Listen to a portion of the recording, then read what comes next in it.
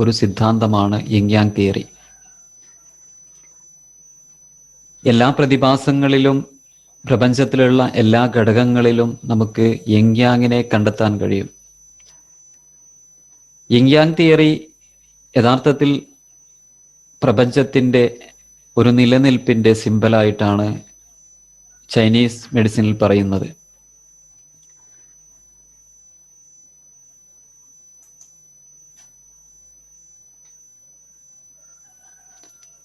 സാധാരണ Ying Yang തിയറിയുടെ symbol നമ്മുടെ ഒരുപാട് ടാറ്റൂസ്, അതേപോലെ നമ്മൾ ഉപയോഗിക്കുന്ന ഒരുപാട് വസ്തുക്കളിൽ, പ്രത്യേകിച്ച് ചൈനയിൽ നിന്നും ഇമ്പോർട്ട് ചെയ്യപ്പെടുന്ന വസ്തുക്കളിലൊക്കെ നമ്മൾ സാധാരണ കാണുന്ന ഒന്നാണ്. നിങ്ങൾക്കിവിടെ നോക്കിയാൽ മനസ്സിലാകും, ഈ സ്ലൈഡിൽ കാണുന്നത് പോലെയുള്ള വെളുപ്പും കറുപ്പുമുള്ള ബ്ലാക്ക് ആൻഡ് വൈറ്റ് കളറിലുള്ള ഒരു സിമ്പലാണ് യിങ് യാങ്ങിനെ ഇൻഡിക്കേറ്റ് ചെയ്യാൻ വേണ്ടി സാധാരണയായിട്ട് ഉപയോഗിക്കുന്നത്. യിങ് യാങ് തിയറി ഏകദേശം 700 BC-കളിലാണ് ഡെവലപ്പ് ചെയ്യപ്പെട്ടിട്ടുള്ളത്.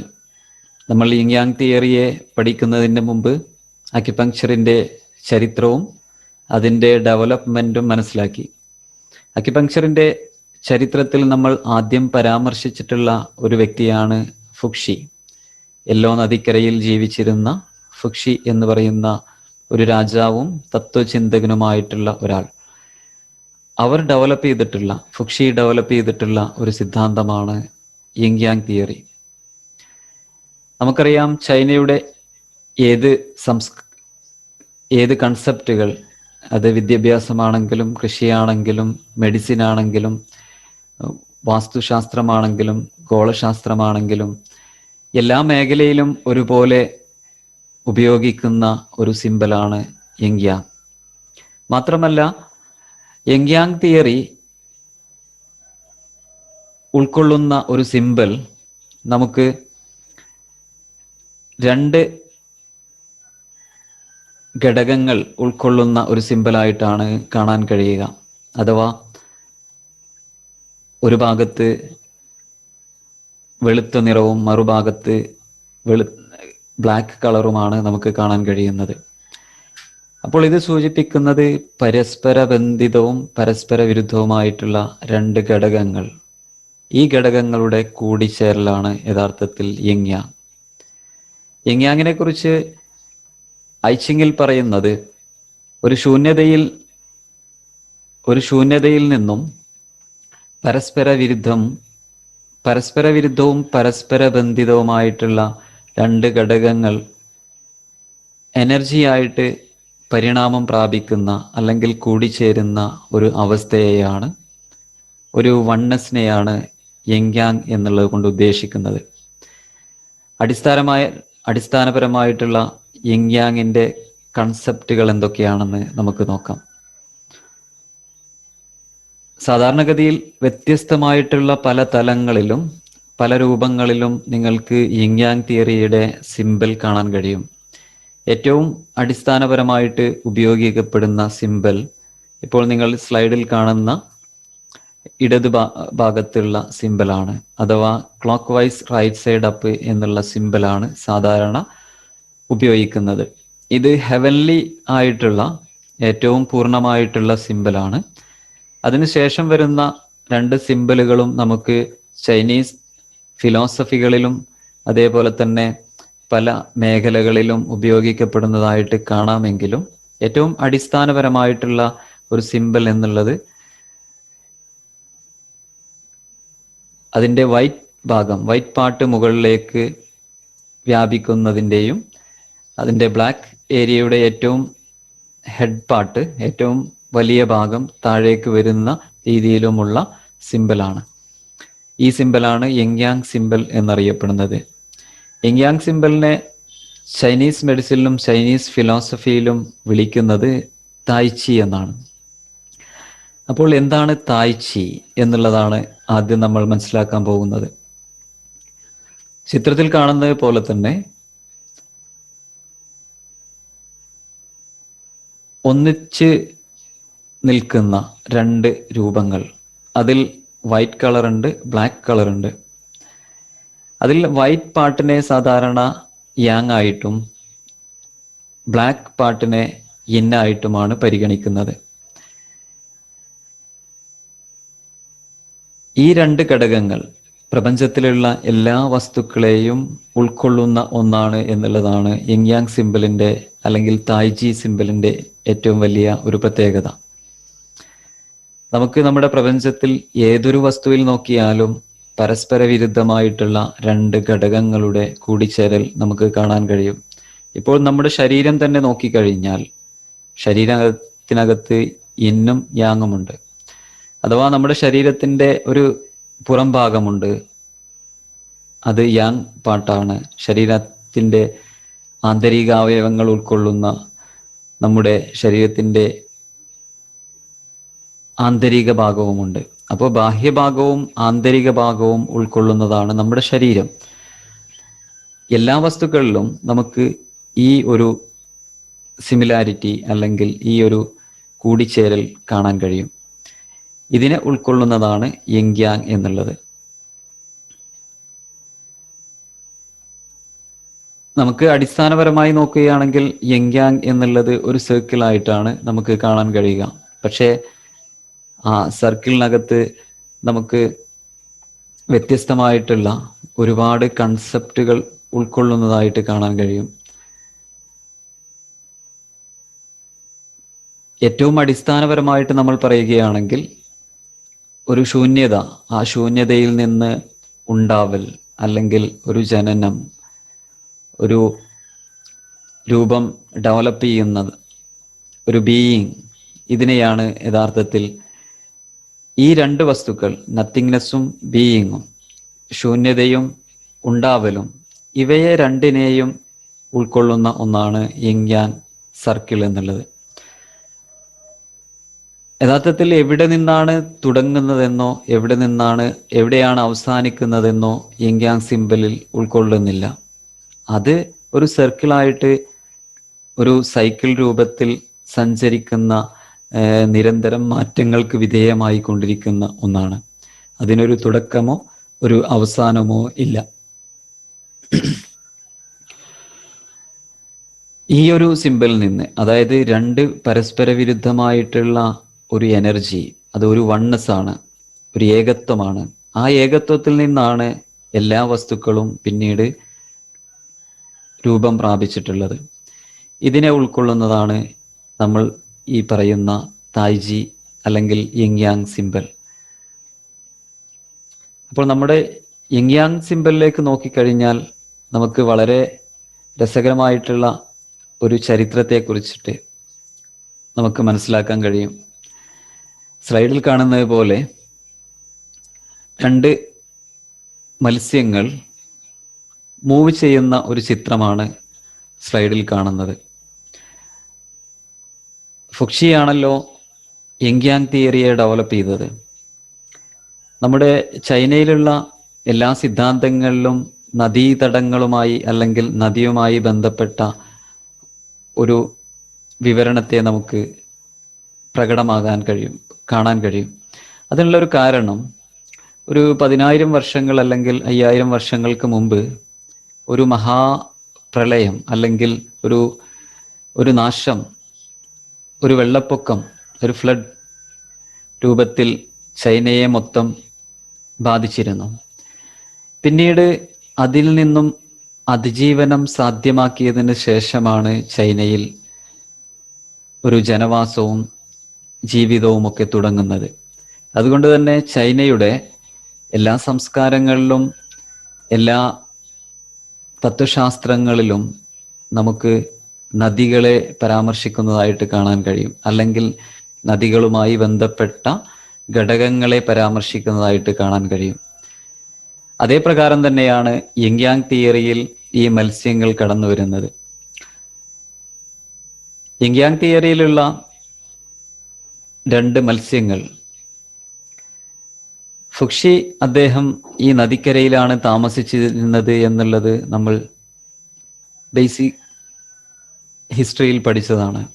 ചൈനീസ് അക്യുപങ്ക്ചറിന്റെ അടിസ്ഥാനപരമായിട്ടുള്ള ചരിത്രം മനസ്സിലാക്കിയ സമയത്ത് തന്നെ ഫുക്ഷി ജീവിച്ചിരുന്ന കാലഘട്ടവും അദ്ദേഹം ഒരു ചൈനയുടെ യെല്ലോ റിവർ എന്ന് പറയുന്ന നദിക്കരയിലാണ് അദ്ദേഹത്തിൻ്റെ ഭരണവും അദ്ദേഹത്തിൻ്റെ താമസവും ഉണ്ടായിരുന്നത് എന്നുള്ളതും നമ്മൾ മനസ്സിലാക്കി. അപ്പോൾ അദ്ദേഹം നദിക്കരയിൽ താമസിക്കുന്നത് കൊണ്ട് തന്നെ ഈ നദിയുമായി ബന്ധപ്പെട്ട് ജീവിച്ചിരുന്ന ഒരാളാണ്. അദ്ദേഹം ഈ നദിയിൽ നിന്ന് 2 മത്സ്യങ്ങളെ ഒരു പാത്രത്തിലാക്കിയതിന് ശേഷം അദ്ദേഹത്തിൻ്റെ മുറിയിൽ, അല്ലെങ്കിൽ അദ്ദേഹം ഇരിക്കുന്ന സ്ഥലത്ത്, അദ്ദേഹത്തിൻ്റെ താമസയിടത്ത് അദ്ദേഹം നിരന്തരമായിട്ട് അവയെ നിരീക്ഷിച്ചു കൊണ്ടിരുന്നു. ഇങ്ങനെ നിരീക്ഷിച്ചതിൽ നിന്നും അദ്ദേഹത്തിന് മനസ്സിലാക്കാൻ കഴിഞ്ഞ കാര്യം, ഇവയുടെ മൂവ്മെന്റിൽ എന്തോ ഒരു പ്രത്യേകത അടങ്ങിയിട്ടുണ്ട് എന്നുള്ളതാണ്. പിന്നീട് അദ്ദേഹത്തിൻ്റെ ധ്യാനവും അദ്ദേഹത്തിന് ലഭിച്ചിട്ടുള്ള ഇൻഡ്യൂഷനും അതേപോലെ തന്നെ ഷാമൻസിൽ നിന്നും അദ്ദേഹം കരസ്ഥമാക്കിയിട്ടുള്ള ഒരുപാട് അറിവുകളും ഉപയോഗപ്പെടുത്തിയിട്ടാണ് യഥാർത്ഥത്തിൽ അദ്ദേഹം ഈ ഫിഷുകളുടെ മൂവ്മെൻറ്റിനെ ബേസ് ചെയ്തിട്ട് അദ്ദേഹം യിങ് യാങ് തിയറിക്ക് രൂപം നൽകുന്നത്. അങ്ങനെയാണ് നമ്മൾ ഇന്ന് കാണുന്ന യിങ് യാങ് സിമ്പൽ രൂപപ്പെട്ടിട്ടുള്ളത്. നമുക്ക് ഈ ചിത്രത്തിൽ കാണുന്ന മത്സ്യങ്ങളുടെ മൂവ്മെൻറ്റിനെ അടിസ്ഥാനമാക്കിയിട്ടുള്ള ചിത്രത്തെ വിവരിക്കുകയാണെങ്കിൽ, ഇതിൽ താഴെ നിന്ന് മുകളിലേക്ക് പോകുന്ന മത്സ്യം ഹെവൻ എനർജിയാണ്, മുകളിൽ നിന്ന് താഴേക്ക് വരുന്നത് എർത്ത് എനർജിയുമാണ്. ഇങ്ങനെ 2 തരത്തിലുള്ള സിമ്പലാണ്. അതായത് ഹെവനിൽ നിന്നാണ് എർത്ത് എനർജി ക്രിയേറ്റ് ചെയ്യപ്പെടുന്നത്, എർത്തിൽ നിന്നാണ് ഹെവൻ എനർജി ക്രിയേറ്റ് ചെയ്യപ്പെടുന്നത് എന്നുള്ള ഒരു കൺസെപ്റ്റ് അദ്ദേഹം നമുക്ക് നൽകി. ഇതിൽ വൈറ്റ് കളറിൽ കാണുന്ന മത്സ്യം ഇന്നിനെ ഇൻഡിക്കേറ്റ് ചെയ്യുന്നതാണ്. ബ്ലാക്ക് കളറിൽ കാണുന്ന മത്സ്യം യാങ്ങിനെ ഇൻഡിക്കേറ്റ് ചെയ്യുന്നതാണ്.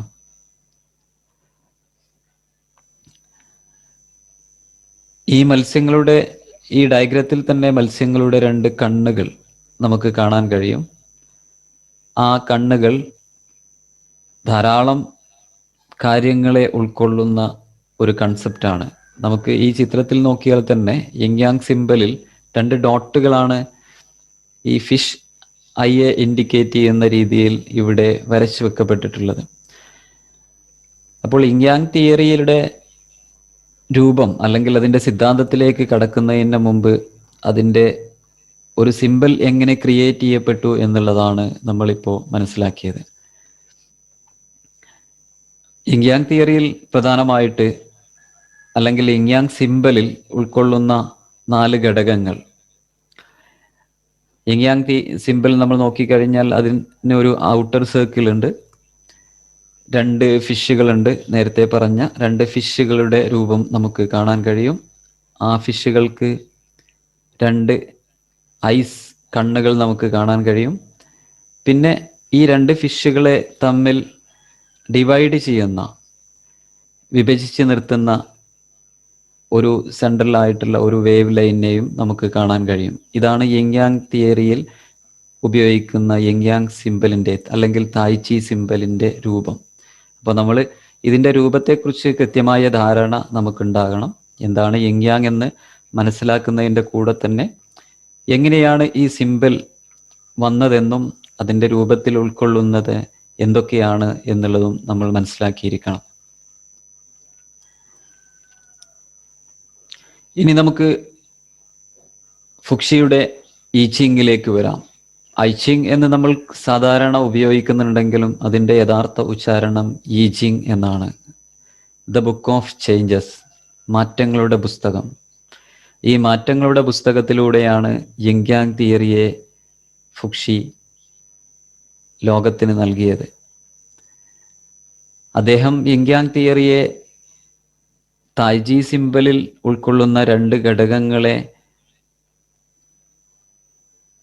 ഒന്നിച്ച് ചേർത്ത് വെച്ചതിന് ശേഷം തായ് ചി സിമ്പൽ വരച്ചു വെച്ചെങ്കിലും ഈ തായ് ചി സിമ്പലിലുള്ള 2 ഘടകങ്ങളുടെ വിവരണം അദ്ദേഹം കൃത്യമായ രീതിയിൽ ദ ബുക്ക് ഓഫ് ചേഞ്ചസിൽ അല്ലെങ്കിൽ ഈജിങ് എന്ന് പറയുന്ന ഗ്രന്ഥത്തിൽ വളരെ വിശദമായിട്ട് പറയുന്നുണ്ട്.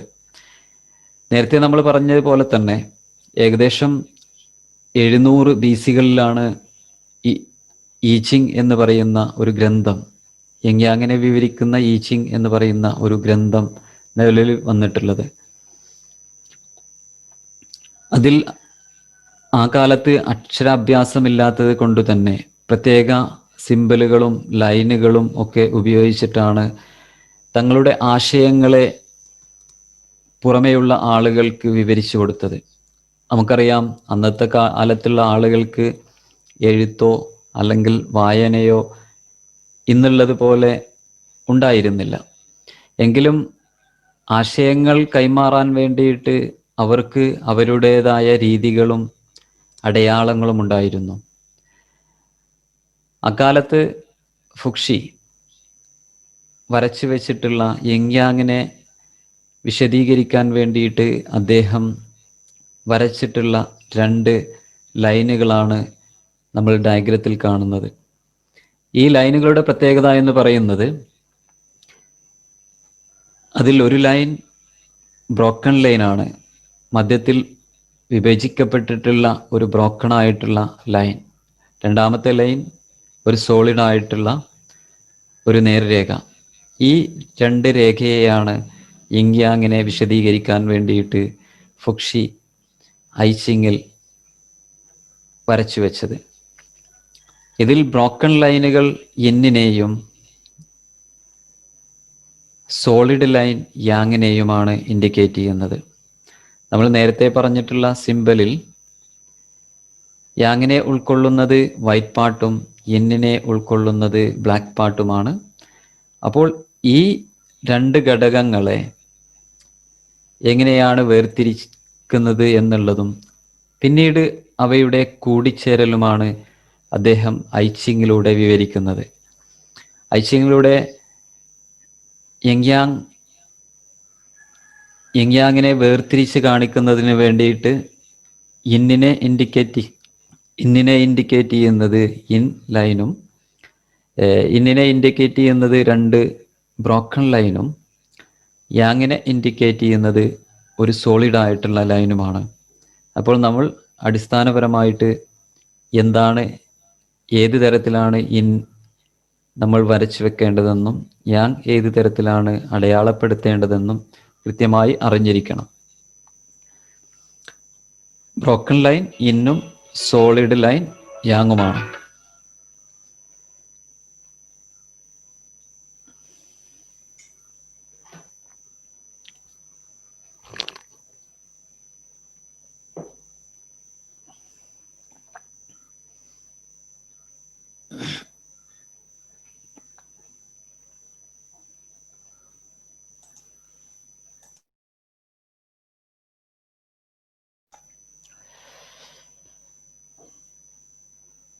ഈ ബ്രോക്കൺ സോളിഡ് ലൈനുകൾ ചേർത്ത് വെക്കുന്ന സമയത്ത് നമുക്ക് 4 രൂപങ്ങളാണ് സാധാരണ ലഭിക്കുക.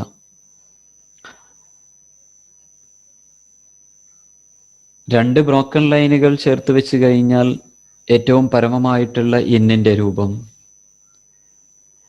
ഒരു ബ്രോക്കൺ ലൈനിനും അതേപോലെ തന്നെ ഒരു സോളിഡ് ലൈനും ചേർത്ത് വെച്ച് കഴിഞ്ഞാൽ യാങ്ങിൽ ഇന്ന് നിലനിൽക്കുന്നതിൻ്റെ രൂപം, 2 സോളിഡ് ലൈനുകൾ ചേർത്ത് വെച്ച് കഴിഞ്ഞാൽ ഏറ്റവും പരമമായിട്ടുള്ള മോസ്റ്റ് യാങ്ങിൻ്റെ രൂപം,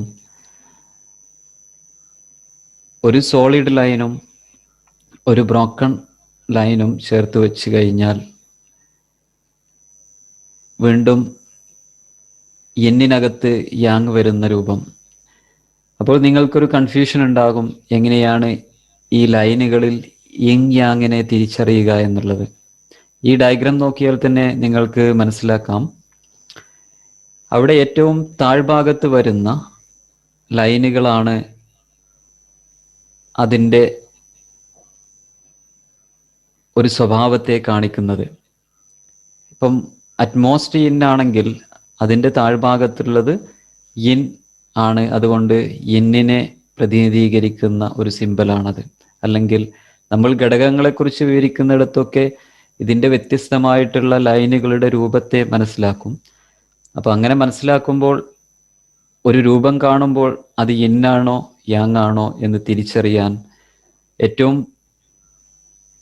എളുപ്പമുള്ള മാർഗം എന്ന് പറയുന്നത് അതിൻ്റെ താഴ്ഭാഗത്തുള്ള ലൈൻ, ഏറ്റവും താഴെ വരുന്ന ലൈൻ ഏതാണോ അതിനെ ബേസ് ചെയ്തിട്ടാണ് അതിൻ്റെ സ്വഭാവത്തെ നമ്മൾ മനസ്സിലാക്കുന്നത്. അപ്പോൾ നമ്മൾ ആദ്യത്തെ ഒരു ഘടകത്തെ നോക്കുകയാണെങ്കിൽ അറ്റ്മോസ്റ്റ് ഇൻ ആണ്. രണ്ടാമത്തേത് യാങ്ങിനകത്ത് ഇന്ന് കേന്ദ്രീകരിക്കപ്പെട്ടിട്ടുള്ളതാണ്. മൂന്നാമത്തതിൽ മോസ്റ്റ് യാങ് ആണ്. നാലാമത്തതിൽ ഇന്നിനകത്ത് യാങ് കേന്ദ്രീകരിക്കപ്പെട്ടിട്ടുള്ളതാണ്. ആദ്യം പറഞ്ഞത്, അതായത് രണ്ടാമത്തതിൽ യാങ്ങിനകത്ത് ഇന്നാണെങ്കിൽ നാലാമത് പറയുന്നത് ഇന്നിനകത്ത് യാങ് ആണ്. അപ്പോൾ താഴെ വരുന്ന ലൈനുകളെ അടിസ്ഥാനപ്പെടുത്തിയിട്ടാണ് ഇതിൻ്റെ ഒരു സ്വഭാവം അല്ലെങ്കിൽ ഗുണം നമ്മൾ മനസ്സിലാക്കേണ്ടത്.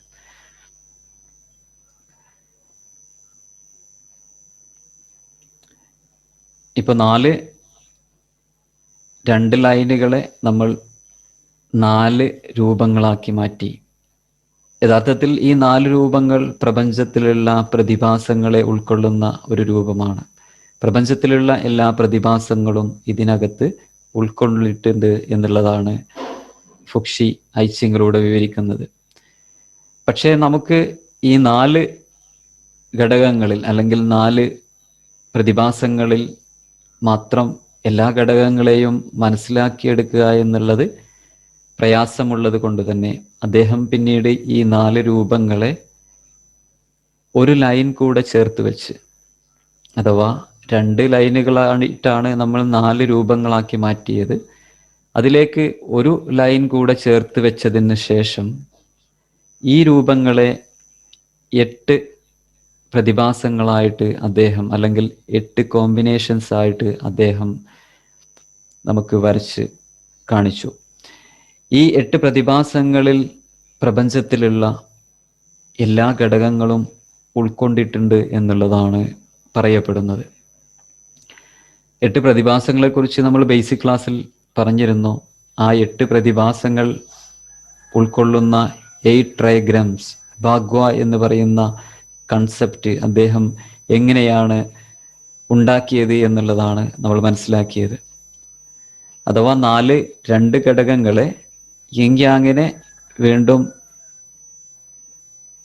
മാറ്റം വരുത്തിയതിന് ശേഷം, അല്ലെങ്കിൽ അവയെ വിഭജിച്ചതിന് ശേഷം 4 ഘടകങ്ങളാക്കി മാറ്റി, അല്ലെങ്കിൽ 4 പ്രതിഭാസങ്ങളാക്കി മാറ്റി. അതിനുശേഷം ഈ 4 ഘടകങ്ങളിലേക്ക് ഓരോ ലൈനുകൾ കൂടി ചേർത്ത് വെച്ച്, ഒന്നുകിൽ ഇൻ ലൈൻ ആവാം അല്ലെങ്കിൽ യാങ് ലൈൻ ആവാം, ഏതെങ്കിലും ഒരു ലൈൻ കൂടെ ചേർത്ത് വെക്കുമ്പോൾ നമുക്ക് കിട്ടുന്ന രൂപങ്ങൾ 8 എണ്ണമാണ്. ഇത് 3 ലൈനുകൾ ചേർത്ത് വെച്ച് നിർമ്മിക്കപ്പെട്ടത് കൊണ്ട് തന്നെ ഇവയെ ട്രൈഗ്രംസ് എന്നാണ് പറയപ്പെടുന്നത്. ഈ ട്രൈഗ്രംസ് 8 ട്രൈഗ്രംസ് ആണ്. ഈ 8 ട്രൈഗ്രംസിനെ ഭാഗ്വ എന്നാണ് അറിയപ്പെടുന്നത്. ഇതിൽ ബ എന്ന് പറഞ്ഞാൽ 8 എന്നും ഗ്വ എന്ന് പറഞ്ഞാൽ സിമ്പിൾസ് എന്നുമാണ് അർത്ഥം. അഥവാ പ്രപഞ്ചത്തിലുള്ള എല്ലാ പ്രതിഭാസങ്ങളെയും ഉൾക്കൊള്ളുന്ന 8 സിമ്പിളുകൾ. പിന്നീട് അപ്പോൾ ഏതൊക്കെയാണ് ആ 8 ഘടകങ്ങൾ എന്നുള്ളത് നമുക്ക് നോക്കാം. 3 സോളിഡ് ലൈനുകൾ ചേർത്ത് വെച്ച് പറയപ്പെടുന്ന 3 സോളിഡ് ലൈനുകൾ ചേർത്ത് വെക്കപ്പെട്ട ഒരു സിമ്പലാണ്, അല്ലെങ്കിൽ ഒരു അടയാളമാണ് ഹെവനെ സൂചിപ്പിക്കുന്നത്. സ്വർഗലോകമെന്നോ അല്ലെങ്കിൽ ദൈവമെന്നോ ദൈവലോകമെന്നോ ആകാശലോകമെന്നോ അത്, അല്ലെങ്കിൽ ഏറ്റവും പരമമായിട്ടുള്ള ഒരു എനർജി എന്നോ ഒക്കെ നമുക്ക് ഹെവനെ വിളിക്കാൻ കഴിയും. പിന്നീട് 3 ബ്രോക്കൺ ലൈനുകൾ ചേർത്ത് വെച്ചതിന് ശേഷം നിർമ്മിക്കപ്പെടുന്ന ഒന്നാണ് എർത്ത്. 3 സോളിഡ് ലൈനുകൾ ചേർത്ത് വെച്ച് ഹെവനും 3 ബ്രോക്കൺ ലൈനുകൾ ചേർത്ത് വെച്ച് എർത്തും ഉണ്ടായി. പിന്നീട് വരുന്നത് വിൻഡാണ്. വിൻഡിൽ നമുക്ക് നോക്കിയാൽ മനസ്സിലാകും 2 സോളിഡ് ലൈനുകൾ അവയോടൊപ്പം ഒരു ബ്രോക്കൺ ലൈൻ.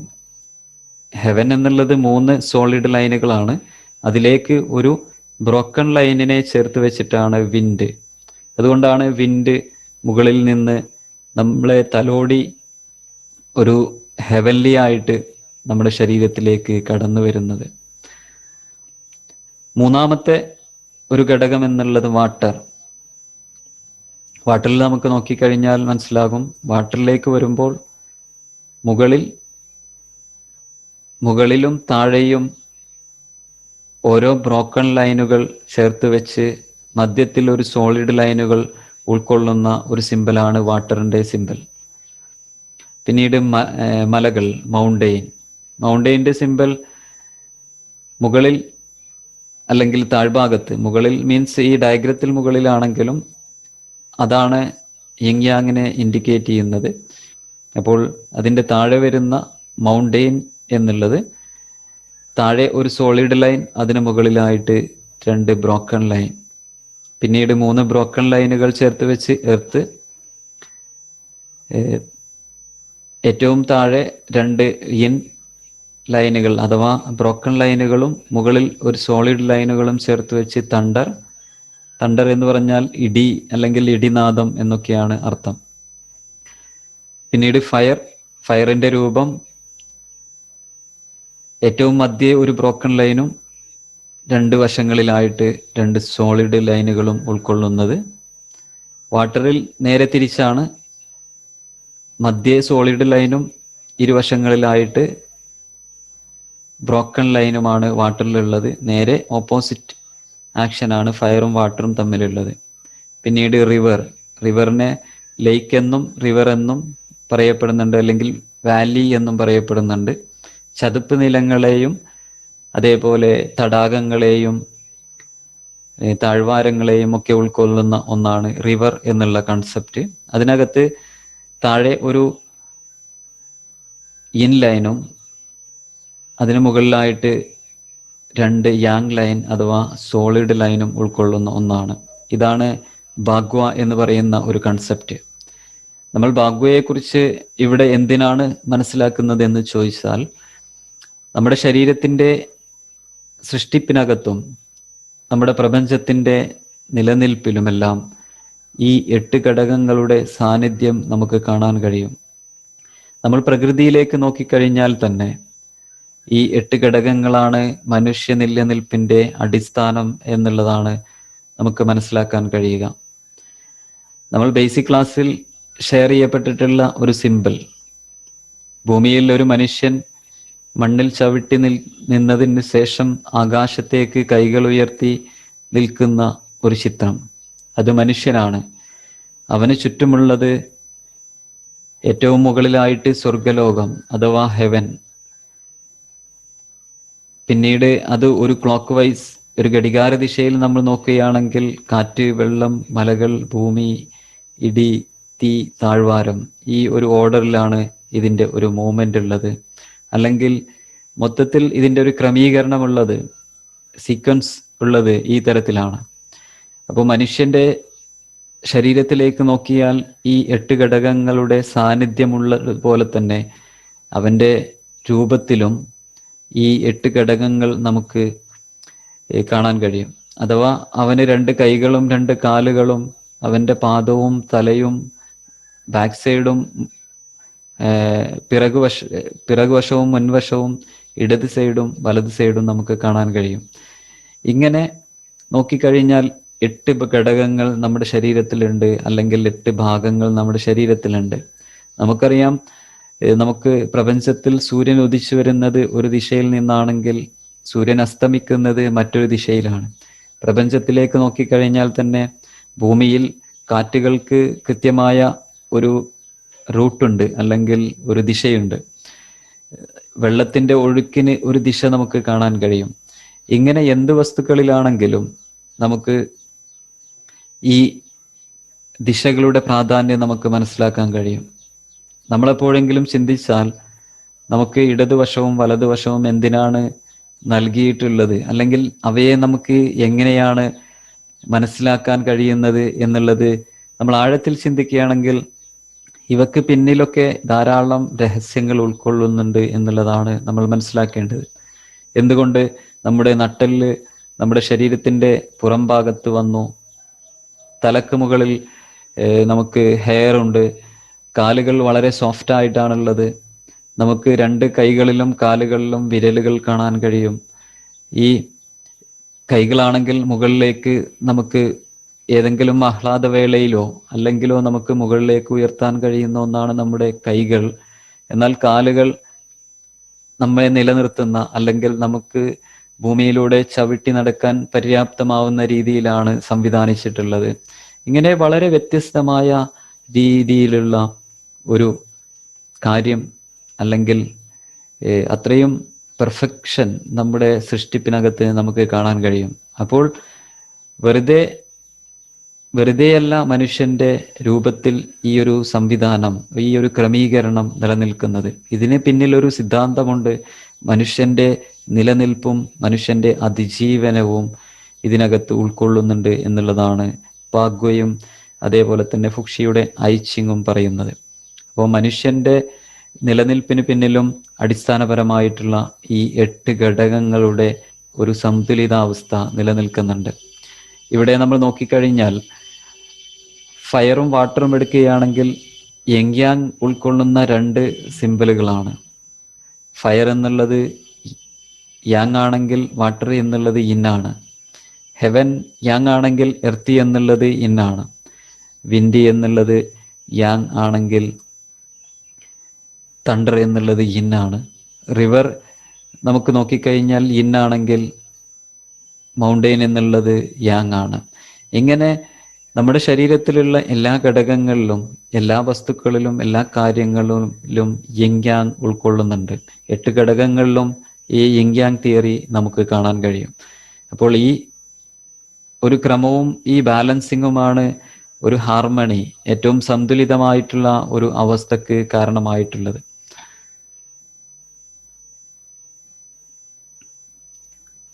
പിന്നീട് നമ്മളിപ്പോൾ 8 ഘടകങ്ങളെ കുറിച്ചിട്ടാണ് മനസ്സിലാക്കിയത്. 8 ലൈനുകൾ അല്ലെങ്കിൽ 4 രൂപങ്ങളെ വീണ്ടും ഒരു ലൈനുകൾ ചേർത്ത് വെച്ചതിന് ശേഷം 8 പ്രതിഭാസങ്ങളെ ഫുക്ഷി അദ്ദേഹത്തിൻ്റെ ഐച്ചിങ്ങിലൂടെ വിവരിച്ചു.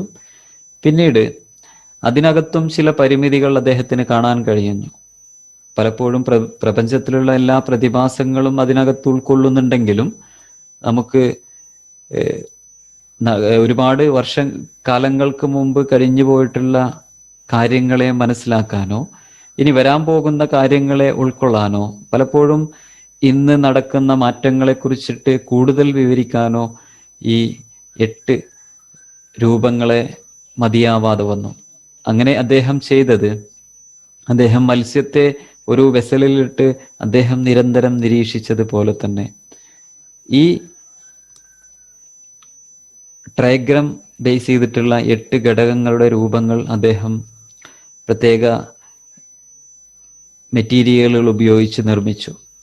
ഈ മെറ്റീരിയലുകൾ ഉപയോഗിച്ച് നിർമ്മിച്ച വസ്തുക്കളെ അദ്ദേഹത്തിൻ്റെ ധ്യാനത്തിന് ശേഷം മുകൾ ആകാശത്തേക്ക് പല സ്ഥലങ്ങളിലായിട്ട്, പല സാഹചര്യങ്ങൾ, പല സമയത്ത് അദ്ദേഹത്തിൻ്റെ പ്രത്യേക മാനസികാവസ്ഥകളുള്ളപ്പോൾ അദ്ദേഹം മുകളിലേക്ക് മുകളിലേക്ക് വലിച്ചെറിയുക പതിവായിരുന്നു.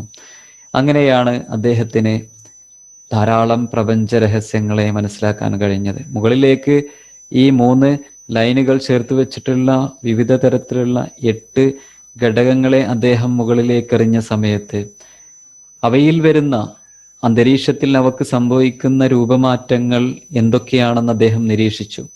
ഇങ്ങനെ നിരീക്ഷിച്ചപ്പോൾ അദ്ദേഹം പിന്നീട് ക്രോഡീകരിച്ച ലൈനുകൾ അല്ലെങ്കിൽ അദ്ദേഹത്തിന് മനസ്സിലായ കാര്യങ്ങൾ ചേർത്ത് വെച്ചിട്ടുണ്ടാക്കപ്പെട്ടിട്ടുള്ള ഒന്നാണ് 64 ഹെക്സാഗ്രാംസ് എന്നുള്ളത്.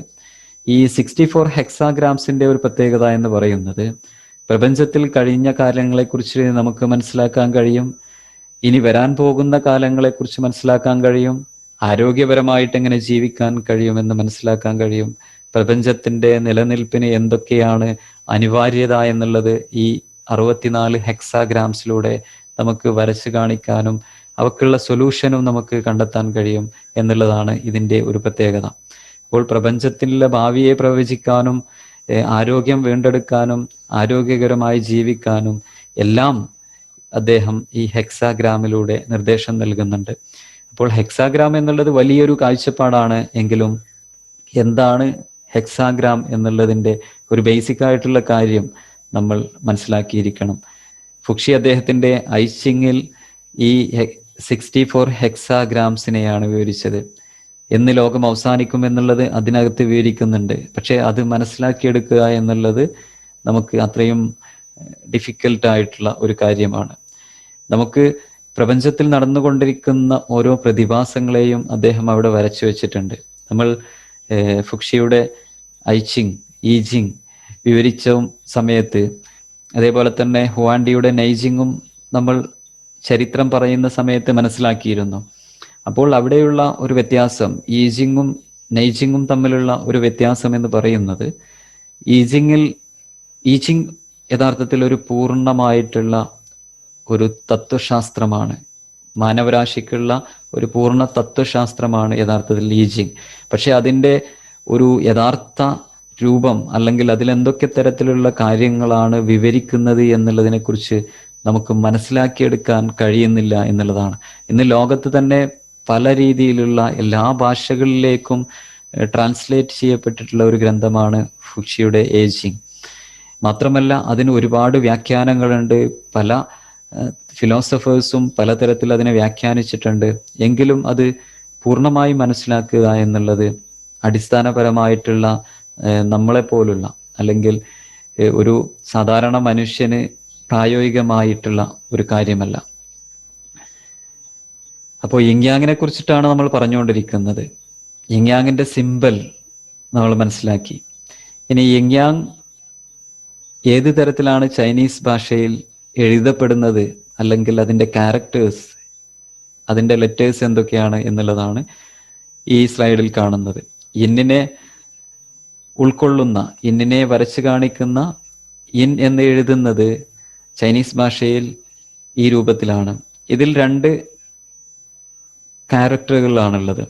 ഇതിൽ ആദ്യത്തെ ക്യാരക്ടർ മൗണ്ട് ഹിൽ, പർവ്വതങ്ങളെയും കുന്നുകളെയും സൂചിപ്പിക്കുന്നു. രണ്ടാമത്തെ ക്യാരക്ടർ ക്ലൗഡ്, മേഘങ്ങളെയാണ് റെപ്രസെൻ്റ് ചെയ്യുന്നത്.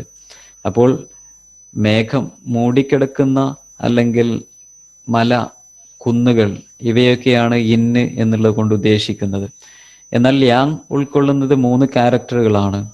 അതിൽ സണ്ണിനെ ഇൻഡിക്കേറ്റ് ചെയ്യുന്ന, റെപ്രസെൻ്റ് ചെയ്യുന്ന ഒരു ക്യാരക്ടർ ഉണ്ട്.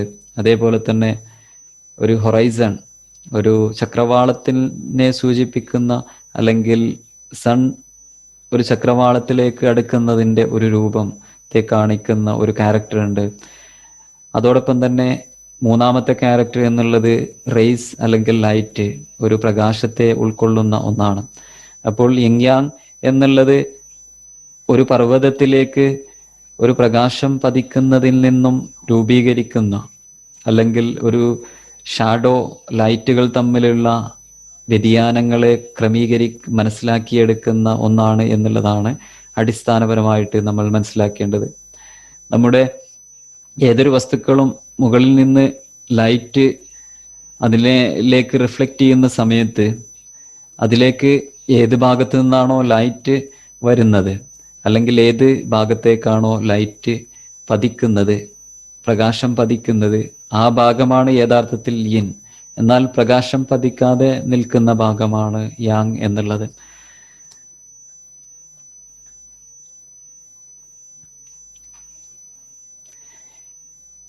യിങ്യാങ് എന്നുള്ളത് മാറ്റങ്ങളെ കുറിച്ചിട്ടുള്ള ഒരു സിമ്പിളാണ്. മാറ്റങ്ങളെ പൂർണ്ണമായിട്ടും ഉൾക്കൊള്ളുന്ന ഒരു സിമ്പിൾ. നമ്മൾ പറഞ്ഞത് പോലെ തന്നെ പരസ്പര വിരുദ്ധമായിട്ടുള്ള, എന്നാൽ പരസ്പര ബന്ധിതമായിട്ടുള്ള 2 ഘടകങ്ങൾ, അവയുടെ കൂടിച്ചേരലിനെ ഉൾക്കൊള്ളുന്ന ഒരു സിമ്പലാണ് യിങ്യാങ്. അപ്പോൾ യിങ്യാങ് എന്നുള്ളത് മാറ്റങ്ങളോടൊപ്പം തന്നെ അതിനകത്തൊരു സഞ്ചാരങ്ങൾ നടക്കുന്നുണ്ട്. അവയെ പരസ്പര വിരുദ്ധമായിട്ടുള്ള 2 ഘടകങ്ങളെ ഉൾക്കൊള്ളുന്നുണ്ടെങ്കിലും ഇത് നിരന്തരമായിട്ട് മാറ്റങ്ങൾക്ക് വിധേയമാണ്. നമുക്കറിയാം, നമ്മൾ ഇന്നലെ രാത്രി കിടന്നുറങ്ങി രാവിലെ എണീറ്റ് വന്നു. നമ്മൾ ഇപ്പോൾ നിലനിൽക്കുന്നത് പ്രത്യേക ഒരു സമയത്താണ്, 8 മണി 9 മണി സമയത്ത്. ഈ ഒരു സമയം ഇവിടെ നിലനിൽക്കുന്നില്ല. ഇവയിൽ നിന്ന് നമുക്ക് അല്പം സമയം കഴിഞ്ഞാൽ ഉച്ചയാകുന്നു, പിന്നീട് ഈവനിങ്, പിന്നീട് രാത്രി, വീണ്ടും നമുക്ക് പ്രഭാതമാകുന്നു, വീണ്ടും ഈ ഒരു സൈക്ലിംഗ് നിരന്തരമായിട്ട് നടന്നുകൊണ്ടിരിക്കുന്നുണ്ട്. ഇതാണ് യിങ് യാങ്. എല്ലാ വസ്തുക്കളിലും ഈ രണ്ട് ഘടകങ്ങൾ ഉൾക്കൊള്ളുന്നുണ്ട്. ഇപ്പോൾ നമുക്ക് പൂർണ്ണമായിട്ട് പകലാണെന്ന് പറയാൻ കഴിയില്ല. ഇവിടെ നമുക്ക് പറയാൻ കഴിയുക, ഇപ്പോൾ എന്നിൽ നിന്ന് യാങ്ങിലേക്കുള്ള ഒരു സഞ്ചാരത്തിൻ്റെ ഒരു ആദ്യ ദശയാണ് നമ്മുടെ പകലെന്ന് പറയാൻ കഴിയും, അല്ലെങ്കിൽ പ്രഭാതമെന്ന് പറയാൻ കഴിയും. അല്ലാതെ ഇത് പൂർണ്ണമായിട്ട് പകലാണെന്ന് നമുക്ക് പറയാൻ കഴിയില്ല, അല്ലെങ്കിൽ യിന്നാണെന്നോ യാങ് ആണെന്നോ ഒരു ഘടകത്തെക്കുറിച്ചും നമുക്ക് പറയാൻ കഴിയില്ല. എല്ലാ വസ്തുക്കളിലും അതിൻ്റെ വൈരുദ്ധ്യം നിലനിൽക്കുന്നുണ്ട്. ഇപ്പൊ ഒരു പുരുഷനാണെങ്കിൽ ആ പുരുഷനിൽ ഒരു സ്ത്രൈണത നിലനിൽക്കുന്നുണ്ട്. അതുകൊണ്ടാണ് അവന് ശരിയായ രീതിയിൽ അവൻ്റെ ഒരു പൗരുഷം പ്രകടിപ്പിക്കാൻ കഴിയുന്നത്. അതേപോലെ തന്നെ ഒരു സ്ത്രീയാണെങ്കിൽ ആ സ്ത്രീയിൽ ഒരു പൗരുഷം ഉള്ളിൽ ഒളിഞ്ഞിരിക്കുന്നുണ്ട്. അതുകൊണ്ടാണ് പല സമയത്തും ഏതെങ്കിലും ഘട്ടങ്ങളിൽ ഈ അവസ്ഥ പൂർണ്ണമായിട്ട് പ്രകടമാകുന്നത്. അപ്പോൾ ഏത് വസ്തുക്കളിലും യിന്നും യാങ്ങുമുണ്ട്, വിരുദ്ധമായിട്ടുള്ള രണ്ട് ഘടകങ്ങൾ എല്ലാ വസ്തുക്കളിലുമുണ്ട് എന്നുള്ളതാണ് നമ്മൾ അടിസ്ഥാനപരമായിട്ട് മനസ്സിലാക്കേണ്ടത്. ഇനി നമുക്ക് നമ്മുടെ ഒരു ദിവസത്തെക്കുറിച്ച് നോക്കാം. ഒരു ദിവസത്തിൽ നമുക്ക് ഏറ്റവും പരമമായിട്ടുള്ള ഒരു അവസ്ഥ, ഏറ്റവും സൂര്യൻ ഉദിച്ച് ഏറ്റവും അതിൻ്റെ മൂർധന്യ അവസ്ഥയിൽ നിൽക്കുന്ന ഒരവസ്ഥ, അല്ലെങ്കിൽ നമുക്ക് തലക്ക് മുകളിൽ സൂര്യൻ ഉദിച്ചു നിൽക്കുന്ന ഒരവസ്ഥ, നൂൺ ടൈം. ആ ഒരു സമയം എന്നുള്ളത് മാക്സിമം യാങ് എനർജി നിലനിൽക്കുന്ന ഒരു സമയമാണ്. എന്നാൽ അർദ്ധരാത്രി ആവട്ടെ മാക്സിമം യിൻ എനർജി നിലനിൽക്കുന്ന സമയമാണ്. അപ്പോൾ ഈ നട്ടുച്ചയിൽ നിന്നും മിഡ് നൈറ്റിലേക്കുള്ള ഒരു മാറ്റമാണ് യഥാർത്ഥത്തിൽ ഇവിടെ സംഭവിച്ചുകൊണ്ടിരിക്കുന്നത്. പിന്നീട് അർദ്ധരാത്രിയിൽ നിന്നും വീണ്ടും നമ്മുടെ നട്ടുച്ചയിലേക്കുള്ള ഒരു പരിണാമം, അതാണ് ഓരോ ദിവസത്തിലും സംഭവിച്ചു കൊണ്ടിരിക്കുന്നത്. അങ്ങനെയാണ് നമുക്ക് സൂര്യൻ ഉദിക്കുന്നതും അസ്തമിക്കുന്നതുമൊക്കെ കാണാൻ കഴിയുന്നത്.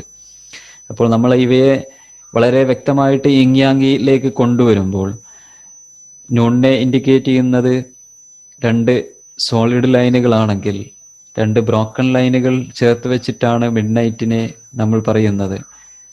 സൺസെറ്റിനകത്ത്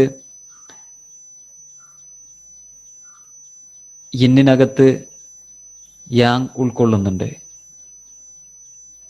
എന്നാൽ സൺറൈസിനകത്ത് യാങ്ങിനകത്ത് യിൻ നിലനിൽക്കുന്നുണ്ട്.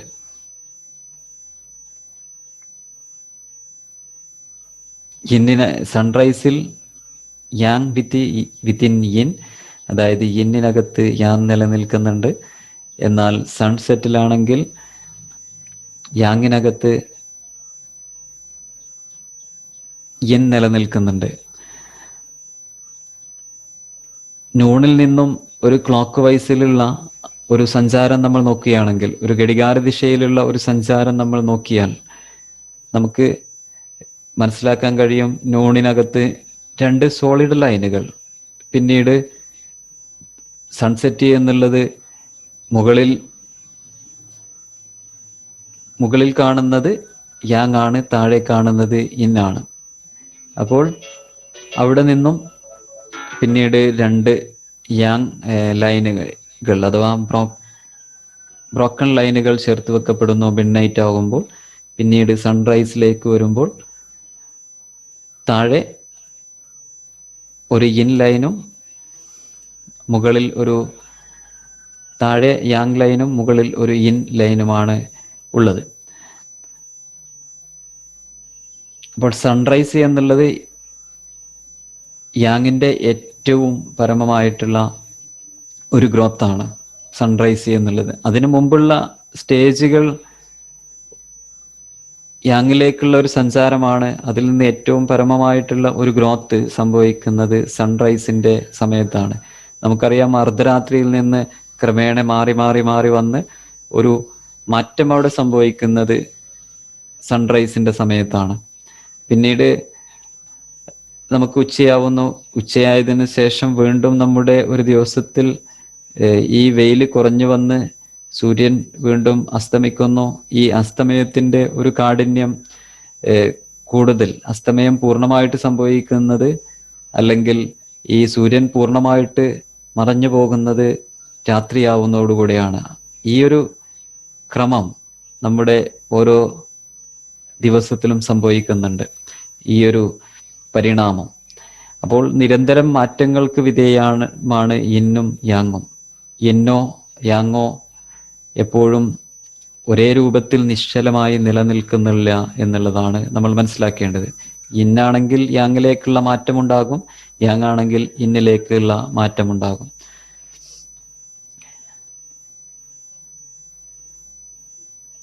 നേരത്തെ പറഞ്ഞിട്ടുള്ള അതേ കാര്യം തന്നെ മറ്റൊരു ഡയഗ്രത്തിലൂടെ നമ്മൾ നോക്കുകയാണെങ്കിൽ, നമ്മുടെ ഉച്ചക്ക് 12 മണി സമയം അത് ഏറ്റവും യാങ് എനർജി നിലനിൽക്കുന്ന സമയമാണ്.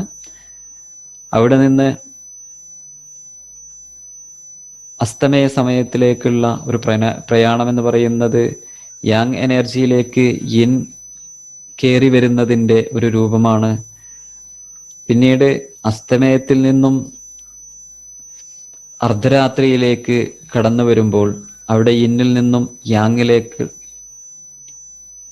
യിന്നിൽ നിന്ന് യിന്നിൻ്റെ ഒരു പൂർണ്ണതയിലേക്കുള്ള ഒരു സഞ്ചാരമാണ് അവിടെ നടന്നുകൊണ്ടിരിക്കുന്നത്.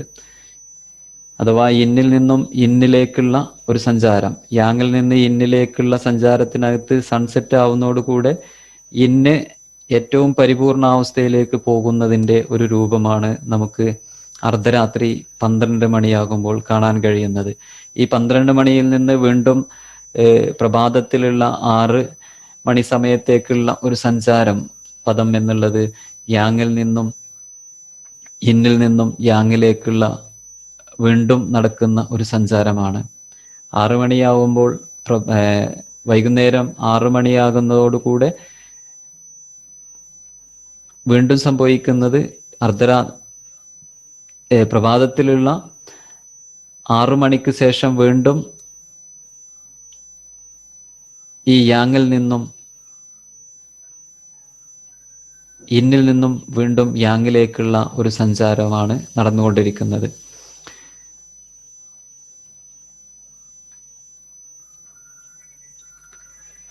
അപ്പൊ നമ്മുടെ 24 മണിക്കൂർ സമയത്തിലുള്ള യങ് യാങ് മാറ്റങ്ങളാണ് നമ്മൾ ഇവിടെ വരച്ചു വെച്ചിട്ടുള്ളത്.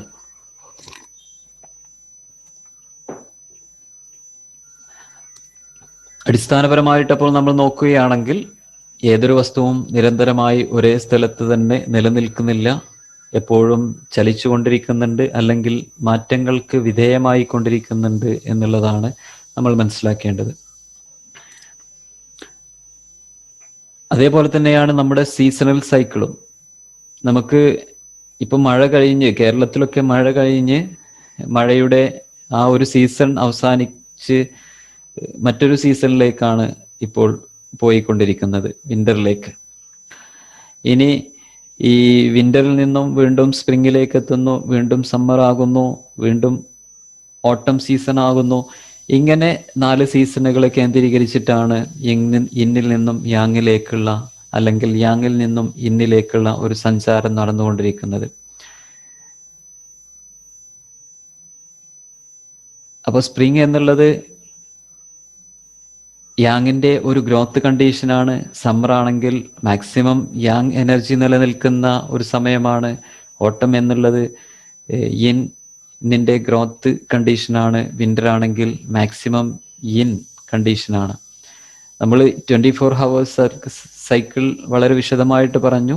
അതേപോലെ തന്നെയാണ് ഓരോ സീസണൽ സൈക്കിളും നടക്കുന്നുള്ളത് എന്നുള്ളത് നമ്മൾ മനസ്സിലാക്കുക. ഇനി അടുത്തതായിട്ട് നമ്മൾ പറയാൻ പോകുന്നത് ചില ഉദാഹരണങ്ങളാണ്. ഇപ്പോഴും നമുക്ക് പൂർണ്ണമായിട്ട് യിങ് യാങ് തിയറിയെ മനസ്സിലാക്കാൻ കഴിഞ്ഞിട്ടുണ്ടാവില്ല. അപ്പൊ അത് മനസ്സിലാക്കണമെങ്കിൽ ചില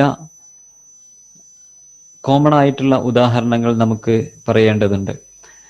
അപ്പോൾ യിന്നിന്റെയും യാങ്ങിന്റെയും ചില ഉദാഹരണങ്ങൾ നമ്മൾ നോക്കിയാൽ, യിൻ എന്നുള്ളത് ഫീമെയിലിനെ ഇൻഡിക്കേറ്റ് ചെയ്യുന്നു, എന്നാൽ മെയിൽ ആണെങ്കിൽ യാങ് ആണ്. ഡാർക്ക്നെസ്, ഇരുട്ട് എപ്പോഴും യിന്നിനെയാണ് ഇൻഡിക്കേറ്റ് ചെയ്യുന്നത്. ലൈറ്റ് എന്നുള്ളത് യാങ്ങിനെ ഇൻഡിക്കേറ്റ് ചെയ്യുന്നു. സോഫ്റ്റായിട്ടുള്ള കാര്യങ്ങൾ, സോഫ്റ്റായിട്ടുള്ള ഘടകങ്ങൾ യിന്നിനെയാണ് ഇൻഡിക്കേറ്റ് ചെയ്യുന്നത്. ഹാർഡായിട്ടുള്ളത് യാങ്ങിനെയാണ് ഇൻഡിക്കേറ്റ് ചെയ്യുന്നത്. വിന്റർ, നേരത്തെ പറഞ്ഞ പോലെ തന്നെ വിന്റർ യിൻ സീസണാണ്. സമ്മർ എന്നുള്ളത് മാക്സിമം യാങ് സീസണാണ്. എർത്ത് എന്നുള്ളത് ഇന്നാണ്, സ്കൈ യാങ് ആണ്. നമ്മുടെ ഒരു ഡേ എന്നുള്ളത് ഇന്നാണ്, നൈറ്റ് എന്നുള്ളത് യാങ് ആണ്. കോൾഡ്നെസ്, തണുപ്പ് എന്നുള്ളത് ഇന്നാണ്, ഹോട്ട്നെസ് അല്ലെങ്കിൽ ഹോട്ട് യാങ് ആണ്. ഫാറ്റ് ഇന്നാണ്, മസിലുകൾ യാങ് ആണ്. സോളിഡായിട്ടുള്ള കട്ടിയുള്ള കാര്യങ്ങൾ, കട്ടിയുള്ള വസ്തുക്കൾ. അപ്പൊ നമ്മൾ പറഞ്ഞുകൊണ്ടിരിക്കുന്നത് യിങ് യാങ്ങിനെ കുറിച്ചിട്ടാണ്. യിങ് യാങ് എന്താണെന്നുള്ളത്, യിങ് യാങ്ങിന്റെ ഉദാഹരണങ്ങളാണ് നമ്മൾ പറഞ്ഞത്. ഫാറ്റ് ആയിട്ടുള്ളതിനെ ഇന്നായിട്ടും, അല്ലെങ്കിൽ ഫാറ്റ്, ശരീരത്തിലുള്ള ഫാറ്റ് കണ്ടന്റിനെ ഇന്നായിട്ടും മസിലിനെ യാങ് ആയിട്ടുമാണ് പരിഗണിക്കുക. സോളിഡ് ആയിട്ടുള്ളതിനെ ഇന്നായിട്ടും ഹോളോയെ യാങ് ആയിട്ടുമാണ് പരിഗണിക്കുന്നത്. ഡീപ്പ് ആയിട്ടുള്ള കാര്യങ്ങളെ അല്ലെങ്കിൽ ഘടകങ്ങളെ, നമ്മുടെ ശരീരത്തിലുള്ള അവയവങ്ങളാണെങ്കിലും ഡീപ്പായിട്ടുള്ള നമ്മുടെ ശരീരഭാഗങ്ങളാണെങ്കിലും അവയെ ഇന്നായിട്ടും, സൂപ്പർഫിഷ്യൽ ആയിട്ടുള്ള ഭാഗങ്ങളെ യാങ് ആയിട്ടുമാണ് പരിഗണിക്കുന്നത്. ഇനി അടുത്തതായിട്ട് നമ്മൾ മനസ്സിലാക്കാൻ പോകുന്നത് യിങ് യാങ്ങിന്റെ പ്രധാനപ്പെട്ട 4 ആസ്പെക്റ്റുകളെ കുറിച്ചിട്ടാണ്. നമ്മൾ നേരത്തെ പറഞ്ഞിട്ടുണ്ട്, യിങ് യാങ് എന്നുള്ളത് പരസ്പര ബന്ധിതമായിട്ടുള്ള 2 ഘടകങ്ങളാണ്. മാത്രമല്ല പരസ്പര വിരുദ്ധമാണ്. അവ പരസ്പരം ഒന്നിൽ നിന്ന് മറ്റൊന്നിലേക്ക് മാറിക്കൊണ്ടിരിക്കുന്നുണ്ട് എന്നുള്ളതൊക്കെ നമ്മൾ പറഞ്ഞു. അപ്പോൾ ഈ എല്ലാ ആശയത്തെയും ഉൾക്കൊള്ളുന്ന 4 ആസ്പെക്റ്റുകളാണ് ഇനി നമ്മൾ മനസ്സിലാക്കാൻ പോകുന്നത്. പ്രധാനമായിട്ട് യിങ് യാങ്ങിന്റെ 4 ആസ്പെക്റ്റുകൾ എന്നുള്ളത്, ഒന്ന് ഒപ്പോസിഷനാണ്, രണ്ടാമത്തേത് ഇന്റർ ഡിപ്പെൻഡൻസ് ആണ്, മൂന്നാമത്തേത് മ്യൂച്വൽ കൺസ്യൂമിങ് ആണ്, നാലാമത്തേത് ഇന്റർ ട്രാൻസ്ഫോർമേഷൻ ആണ്. ഒപ്പോസിഷൻ എന്ന് പറഞ്ഞാൽ പരസ്പര വൈരുദ്ധ്യം, ഇന്റർ ഡിപ്പെൻഡൻസ് എന്ന് പറഞ്ഞാൽ പരസ്പര ബന്ധം അല്ലെങ്കിൽ പരസ്പര ബന്ധിതമായിട്ടുള്ള ഒരു പ്രവർത്തനം. മ്യൂച്വൽ കൺസ്യൂമിങ് എന്ന് പറഞ്ഞാൽ ഒന്ന് കുറഞ്ഞു പോയാൽ മറ്റൊന്ന് അവയെ പരിഹരിക്കും എന്നുള്ള ഒരാശയം. ഇന്റർ ട്രാൻസ്ഫോർമേഷൻ എന്ന് പറഞ്ഞാൽ ഒന്നിൽ നിന്ന് മറ്റൊന്നിലേക്ക്, ഇന്നിൽ നിന്ന് യാങ്ങിലേക്കും യാങ്ങിൽ നിന്ന് ഇന്നിലേക്കുമുള്ള ഒരു പരിവർത്തനം, ട്രാൻസ്ഫോർമേഷൻ നടന്നുകൊണ്ടിരിക്കുന്നുണ്ട്. ഇതാണ് 4 റിലേഷൻഷിപ്പിനെ അടിസ്ഥാനമാക്കിയിട്ടുള്ള യിങ് യാങ്ങിന്റെ ആസ്പെക്റ്റുകൾ എന്നുള്ളത്, 4 ആസ്പെക്റ്റുകൾ. ഇനി നമുക്ക് അവയെ വിശദമായിട്ട് നോക്കാം. യിങ് യാങ് എന്നുള്ളത് പരസ്പര വിരുദ്ധമാണ്. നമുക്ക് നോക്കിയാൽ മനസ്സിലാകും, എന്തൊരു വസ്തുവാണെങ്കിലും പൂർണ്ണമായിട്ട് യിന്നോ പൂർണ്ണമായിട്ട് യാങ്ങോ അല്ല. ഈ യാങ്ങിനകത്ത് യിന്നും യിന്നിനകത്ത് യാങ്ങും നിലനിൽക്കുന്നുണ്ട്. അത് നമ്മുടെ ശരീരത്തിലേക്ക് നോക്കിക്കഴിഞ്ഞാൽ തന്നെ നമുക്ക് മനസ്സിലാകും. നമ്മുടെ ശരീരം പൊതുവെ ചൂട് നിലനിൽക്കുന്ന ഒന്നാണ്. എന്നാൽ പൂർണ്ണമായിട്ട് ചൂടാണ് നമ്മുടെ ശരീരം എന്ന് നമുക്ക് പറയാൻ കഴിയില്ല. ആ ചൂടിനകത്ത് തന്നെ ഒരു കോൾഡ്നെസ്, ഒരു തണുപ്പ് നിലനിൽക്കുന്നുണ്ട്. പൂർണ്ണമായിട്ട് തണുത്തതാണ് നമ്മുടെ ശരീരം എന്ന് പറയാൻ കഴിയില്ല. അതിനകത്ത് ഒരു ഹീറ്റ് നിലനിൽക്കുന്നുണ്ട്. അപ്പോൾ ഇതിന്റെ ഒരു ബാലൻസിങ്, പരസ്പര വിരുദ്ധമായിട്ടുള്ള ഓപ്പോസിറ്റ് ആയിട്ടുള്ള 2 ഘടകങ്ങൾ കൂടിച്ചേർന്നതാണ് ഓരോ മാറ്ററും, ഓരോ വസ്തുവും, ഓരോ പ്രതിഭാസവും എന്ന് നമുക്ക് കാണാൻ കഴിയും. നമ്മൾ യിങ് യാങ് സിമ്പലിൽ കാണിച്ച പോലെ തന്നെ നമ്മൾ യിങ് യാങ് ഫിഷിനെ നമ്മൾ ആ സിമ്പിളായിട്ട് വരച്ചു വെക്കുമ്പോൾ അതിൻ്റെ ഐസ്, ഓരോ ഫിഷിന്റെയും ഐസിനെ അതിൻ്റെ പരസ്പര വിരുദ്ധമായിട്ടുള്ള ഘടകത്തിനെയാണ് സൂചിപ്പിക്കുന്നത്. ഫിഷിന്റെ ഐസ് സൂചിപ്പിക്കുന്നത് അതിൻ്റെ വിരുദ്ധ ഘടകത്തിന്റെ ഒരു സീഡായിട്ടാണ്. അപ്പോൾ ഇന്നിനകത്ത് യാങ് നിലനിൽക്കുന്നുണ്ടെന്നും യാങ്ങിനകത്ത് ഇന്ന് നിലനിൽക്കുന്നുണ്ടെന്നുള്ളതും ഈ ഫിഷിനിൽ കാണുന്ന ഐസിലൂടെയാണ് ഇൻഡിക്കേറ്റ് ചെയ്യുന്നത്.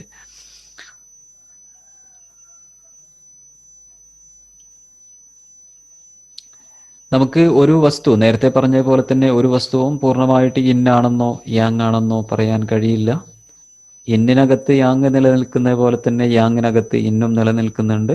എങ്കിലും നമുക്ക് അവയുടെ പൊതുവായിട്ടുള്ള സ്വഭാവം, അതിൻ്റെ ഏറ്റവും പെർട്ടൈൻ ആയിട്ടുള്ള ഒരു ഘടകത്തെ നോക്കിയിട്ട് യിങ് യാങ് തരം തിരിക്കാൻ കഴിയും. അങ്ങനെയാണ് നമ്മൾ ഹീറ്റിനെ യാങ് എന്നും കോൾഡിനെ ഇന്ന് എന്നും പറയുന്നത്. ഹീറ്റിനകത്ത് കോൾഡ് നിലനിൽക്കുന്നുണ്ട്, അതേപോലെ തന്നെ കോൾഡിനകത്ത് ഹീറ്റും നിലനിൽക്കുന്നുണ്ട്. പൊതുവെ ഏതൊരു ഘടകമാണെങ്കിലും അവിടെ പ്രൊമിനൻ്റ് ആയിട്ട് പ്രകടമായി നിലനിൽക്കുന്ന ഒരു സ്വഭാവ ഗുണമുണ്ടാകും. എങ്കിലും അതിൻ്റെ ഒരു പ്രപ്പോസിഷൻ എന്ന് പറയുന്നത് ഒരു 50-50യിലാണ് നിലനിൽക്കുന്നത്. 50% ഏത് വസ്തുവിലാണെങ്കിലും 50% ഇന്നാണ്, 50% യാങ് ആണ്. അപ്പോൾ ഈ ഇന്നിൽ നിന്നും യാങ്ങിലേക്കുള്ള ഒരു മാറ്റം നിരന്തരമായിട്ട് ഏതൊരു വസ്തുവിലും ഒരു ഓപ്പോസിറ്റ് ആയിട്ടുള്ള മാറ്റങ്ങൾ നടന്നുകൊണ്ടിരിക്കുന്നുണ്ട്. അപ്പോൾ ഈ വൈരുദ്ധ്യത്തെയാണ് ആദ്യം നമ്മൾ ഒന്നാമത്തെ ആസ്പെക്റ്റ് ആയിട്ട് മനസ്സിലാക്കുന്നത്. രണ്ടാമത്തേത് ഇന്റർ ഡിപ്പെൻഡൻസ്, പരസ്പരമുള്ള ഒരു ബന്ധം, പരസ്പര ബന്ധിതമായിട്ടുള്ള ഒരു പ്രവർത്തനം ഓരോ ഘടകത്തിലും നടന്നുകൊണ്ടിരിക്കുന്നുണ്ട്. അതുകൊണ്ട് തന്നെ ഒരു വസ്തു എന്നിനെ കൂടാതെ യാങ്ങിന് നിലനിൽപ്പില്ല, യാങ്ങിനെ കൂടാതെ എന്നിനും നിലനിൽപ്പില്ല. ഏത് വസ്തുക്കളാണെങ്കിലും അവിടെ പരസ്പരം ബന്ധിതമായിട്ടാണ് അതിൻ്റെ ഒരു പ്രവർത്തന മണ്ഡലം എന്നുള്ളത് നമുക്ക് കാണാൻ കഴിയും. ഇപ്പോൾ ഒരു എക്സാമ്പിൾ പറയുകയാണെങ്കിൽ, നമുക്ക് രാത്രി ഇല്ലാതെ പകൽ നമുക്ക് മനസ്സിലാക്കാൻ കഴിയില്ല. രാത്രി ഉണ്ടായതുകൊണ്ടാണ് പകൽ എന്താണെന്നുള്ളത് മനസ്സിലാക്കാൻ കഴിയുന്നത്. ഇരുട്ട് നമുക്ക് ഉള്ളത് കൊണ്ടും അവയെ മനസ്സിലാക്കാൻ കഴിയുന്നത് കൊണ്ടുമാണ് നമുക്ക് വെളിച്ചത്തെ തിരിച്ചറിയാൻ പറ്റുന്നത്. ആക്ടിവിറ്റിയെ മനസ്സിലാക്കാൻ പറ്റുന്നത്, അല്ലെങ്കിൽ ആക്ടിവിറ്റി ഉള്ളത് കൊണ്ടാണ് റെസ്റ്റിനെ നമുക്ക് മനസ്സിലാക്കാൻ കഴിയുന്നത്. അതേപോലെ തന്നെ നമുക്ക് എക്സ്പാൻഷൻ മനസ്സിലാക്കണമെങ്കിൽ കൺട്രാക്ഷൻ എന്താണെന്നുള്ളതിനെ കുറിച്ചൊരു ധാരണ വേണം. അപ്പോൾ എല്ലാ വസ്തുക്കളും ഒരു ചൈനീസ് ദാവോയിസ്റ്റ് ക്ലാസിക് പ്രകാരം in order to contract it is necessary first to expand. ഈ കൺട്രാക്ഷൻ വരണമെങ്കിൽ ആദ്യം ഒരു എക്സ്പാൻഷൻ നടന്നിരിക്കണം. അപ്പോൾ ഏതൊരു വസ്തുവിലാണെങ്കിലും നമുക്ക് ഈ ഒരു അവസ്ഥ കാണാൻ കഴിയും. ഒരു ഇന്റർ ഡിപ്പെൻഡൻസ്, പരസ്പര ബന്ധിതമായിട്ടുള്ള പ്രവർത്തനം നമുക്ക് കാണാൻ കഴിയും. ഇതാണ് യിങ് യാങ്ങിന്റെ റിലേഷൻഷിപ്പിനെ, ബന്ധത്തെ അടിസ്ഥാനമാക്കിയിട്ടുള്ള രണ്ടാമത്തെ ഒരു ആസ്പെക്റ്റ് എന്ന് പറയുന്നത്. ഇനി മൂന്നാമത്തെ ആസ്പെക്റ്റ് എന്താണെന്ന് നോക്കാം. Mutual consuming. ഇന്നും യാങ്ങും, ഇന്ന് കുറവായി കഴിഞ്ഞാൽ അത് യാങ്ങിൽ നിന്നും ആ ഒരു പ്രശ്നത്തെ പരിഹരിക്കും. ഇനി യാങ് കുറവായി കഴിഞ്ഞാൽ അത് ആ പ്രശ്നത്തെ പരിഹരിക്കാൻ ഇന്ന് ശ്രമിക്കും. ഇതാണ് സാധാരണ സംഭവിക്കുന്നത്. അപ്പോൾ നമുക്ക് എപ്പോഴും ഒരു ന്യൂ ബാലൻസ് ക്രിയേറ്റ് ചെയ്യപ്പെടണമെങ്കിൽ, ഏതെങ്കിലും ഒരു അവസ്ഥയിലുള്ള ന്യൂ ബാലൻസ് ക്രിയേറ്റ് ചെയ്യപ്പെടണമെങ്കിൽ അവയുടെ ഒരു പ്രപ്പോർഷനിൽ നമ്മൾ എപ്പോഴും മാറ്റം വരുത്തുക എന്നുള്ളതാണ് സാധാരണ ചെയ്യാൻ കഴിയുക. അതാണ് ചികിത്സയിലും നമ്മൾ ചെയ്യുന്നത്. ഈ ബാലൻസിങ്ങിൽ ഏതെങ്കിലും തരത്തിലുള്ള വ്യതിയാനങ്ങൾ ഉണ്ടായിക്കഴിഞ്ഞാൽ അവയെ ഒന്ന് ശരിയാക്കി എടുക്കുന്നു, ഒന്ന് മാറ്റം വരുത്തുന്നു. അപ്പോൾ അതിൻ്റെ ബാലൻസ് അതിൻ്റെ ശരിയായ ക്രമത്തിലാകും. അപ്പോൾ യിങ് യാങ് തിയറി നമ്മുടെ ചികിത്സയിൽ വളരെ അനിവാര്യമായിട്ട് മനസ്സിലാക്കേണ്ട ഒരു കൺസെപ്റ്റാണ്. അപ്പോൾ സാധാരണഗതിയിൽ ഈ ഇംബാലൻസ് സംഭവിക്കുന്ന കണ്ടീഷൻ എന്നുള്ളത് ചില സമയത്ത് ഇന്നിനകത്ത് യാങ്ങും യാങ്ങിനകത്ത് ഇന്നും നിലനിൽക്കുന്നത് കൊണ്ട് തന്നെ ചില സമയങ്ങളിൽ ഇന്ന് അധികമാകും, ചില സമയങ്ങളിൽ എക്സസ് യാങ് കണ്ടീഷൻ ഉണ്ടാകും, ചില സമയങ്ങളിൽ ഇന്ന് ഡെഫിഷ്യൻ്റ് ആയി പോകുന്ന അവസ്ഥയുണ്ടാകും, കുറഞ്ഞു പോകുന്ന അവസ്ഥയുണ്ടാകും, ചില സമയത്ത് യാങ് ആയിരിക്കും കുറഞ്ഞു പോകുന്നത്. അപ്പൊ ഇങ്ങനെ ഈ കുറവ് അല്ലെങ്കിൽ കൂടുതൽ പരിഹരിക്കുന്നത് അതിൻ്റെ എതിർ ഘടകമാണ്. അതാണ് മ്യൂച്വൽ കൺസ്യൂമിങ് എന്നുള്ളത് കൊണ്ട് ഉദ്ദേശിക്കുന്നത്. ഇപ്പോൾ മ്യൂച്വൽ കൺസ്യൂമിങ്ങിന്റെ ഒരു രീതി നമ്മൾ നോക്കുകയാണെങ്കിൽ ഇവിടെ രണ്ട് തരത്തിലുള്ള കാര്യങ്ങൾ സൂചിപ്പിക്കുന്നുണ്ട്. ഒന്ന് എ ഡയഗ്രത്തിൽ കാണിക്കുന്നത് അധികമായി കഴിഞ്ഞാൽ സ്വാഭാവികമായിട്ടും യാങ് കുറഞ്ഞു പോകും. അപ്പോൾ അവിടെ ഒരു ബാലൻസിങ് സംഭവിക്കും. സാധാരണ പറയില്ലേ, നമ്മൾ ദേഷ്യം വന്ന ആളുകളുടെ മുമ്പിൽ നമ്മളൊന്ന് തണുത്ത് കൊടുത്താൽ അവിടെ ആ പ്രശ്നം പരിഹരിക്കപ്പെടും എന്ന് പറയുന്നത് പോലെ നമുക്ക് അധികമായി കഴിഞ്ഞാൽ അപ്പോൾ ബാലൻസ് നിലനിൽക്കണമെങ്കിൽ യാങ് അല്പം താഴ്ന്ന് കുറഞ്ഞു പോകുന്ന അവസ്ഥ. ഇനി കുറഞ്ഞു പോകുന്ന അവസ്ഥ ഉണ്ടായിക്കഴിഞ്ഞാൽ ആ ബാലൻസിങ് ശരിയാക്കാൻ വേണ്ടിയിട്ട് യാങ് കുറച്ചുകൂടെ എക്സസ് ആയിട്ട് വരും. ഇനി രണ്ടാമത്തെ ഒരു കണ്ടീഷൻ എന്ന് പറയുന്നത് വീക്ക്നെസ് ആണ്. അപ്പോൾ ഏതെങ്കിലും ഒന്ന് ഇന്ന് വീക്കായി കഴിഞ്ഞാൽ അവിടെ യാങ് എക്സസ് ആകും. അതേപോലെ തന്നെ യാങ് എക്സസ് ആയി വീക്കായി കഴിഞ്ഞാൽ ഇന്ന് എക്സസ് ആകും. ഇങ്ങനെയാണ് ഈ മ്യൂച്വൽ കൺസ്യൂമിങ് നടന്നുകൊണ്ടിരിക്കുന്നത്. ഇനി നമുക്ക് ഇന്റർ ട്രാൻസ്ഫോർമേഷൻ എന്താണെന്ന് നോക്കാം. യിങ് യാങ് ബന്ധത്തിലുള്ള ഇന്റർ ട്രാൻസ്ഫോർമേഷൻ, ഒന്നിൽ നിന്നും മറ്റൊന്നിലേക്കുള്ള പരിവർത്തനം, ട്രാൻസ്ഫോർമേഷൻ എങ്ങനെയാണ് നടക്കുന്നതെന്ന് നോക്കാം. ഇന്നിൽ നിന്ന് ഇന്നും യാങ്ങും ഒരേ രൂപത്തിൽ എല്ലാ സമയത്തും ഇന്നായിട്ട് നിലനിൽക്കുന്നില്ല. നേരത്തെ പറഞ്ഞ പോലെ തന്നെ നമ്മളിപ്പോൾ പകലാണെങ്കിൽ പകലിങ്ങനെ നിലനിൽക്കുന്നില്ല. പകലിൽ നിന്ന് രാത്രിയിലേക്ക് മാറ്റം സംഭവിക്കുന്നുണ്ട്. ആ നിരന്തരമായ മാറ്റങ്ങളാണ് നമ്മുടെ ഒരു ഡേ എന്ന് പറയുന്നത്. ഓരോ സമയവും ആ മാറ്റങ്ങളിലൂടെയാണ് കടന്നു പോകുന്നത്. അപ്പോൾ ഒന്നും സ്റ്റേബിളായിട്ട് സ്റ്റാറ്റിക്കായി നിലനിൽക്കുന്നില്ല. ഒന്നിൽ നിന്ന് മറ്റൊന്നിലേക്കുള്ള മാറ്റമാണ് സംഭവിച്ചുകൊണ്ടിരിക്കുന്നത്. അതാണ് ഇന്റർ ട്രാൻസ്ഫോർമേഷൻ എന്ന് പറയുന്നത് കൊണ്ട് ഉദ്ദേശിക്കുന്നത്. അപ്പോൾ ഈ ഡെവലപ്മെന്റിന്റെ എല്ലാ ഒരു സ്റ്റേജുകളിലും നമുക്കിത് കാണാൻ കഴിയും. കുറച്ചു കാലങ്ങൾക്ക് മുമ്പ് നമ്മൾ യുവാവായിരുന്നെങ്കിൽ ഇന്ന് നമ്മൾ കുറച്ച് പ്രായമുള്ള ആളാണ്. അല്ലെങ്കിൽ കുറച്ച് നാളുകൾക്ക് മുമ്പിൽ ചെറിയ കുട്ടിയായിരുന്നെങ്കിൽ നമ്മൾ ഇന്നൊരു യുവാവാണ്. അപ്പൊ നിരന്തരമായിട്ട് നമ്മൾ കുഞ്ഞായിട്ട് മരിക്കുന്നത് വരെയുള്ള ഒരു മാറ്റം നമ്മുടെ ശരീരത്തിലും നടന്നുകൊണ്ടിരിക്കുന്നുണ്ട്. അത് ഡെവലപ്മെന്റിന്റെ ഓരോ സ്റ്റേജുകളാണ്. ഈ ഓരോ സ്റ്റേജുകളിലും ഡെവലപ്മെന്റിന്റെ ഓരോ സമയത്തും ഓരോ സ്റ്റേജുകളിലും നമുക്ക് നിരന്തരമായിട്ട് ഇന്നിൽ നിന്നും യാങ്ങിലേക്കുള്ള അല്ലെങ്കിൽ യാങ്ങിൽ നിന്നും ഇന്നിലേക്കുള്ള ഒരു മാറ്റം നമുക്ക് കാണാൻ കഴിയും. അപ്പൊ അതിന് ചില ഉദാഹരണം പറയുകയാണെങ്കിൽ, വിന്ററിൽ നിന്ന് സമ്മർ, വിന്ററിലേക്ക് ചേഞ്ച് ചെയ്യപ്പെടുന്നുണ്ട്. പകലിൽ നിന്ന് രാത്രിയിലേക്ക് പോകുന്നുണ്ട്. നമ്മൾ ജനിച്ചിട്ടുണ്ടെങ്കിൽ മരണത്തിലേക്ക് വീണ്ടും പോകുന്നുണ്ട്. അപ്പോൾ നമ്മൾ എല്ലാ സമയത്തും സന്തോഷത്തിലാണെങ്കിൽ ആ സന്തോഷം, എല്ലാ സമയത്തും ഒരാൾക്കും സന്തോഷത്തിൽ നിലനിൽക്കാൻ കഴിയില്ല.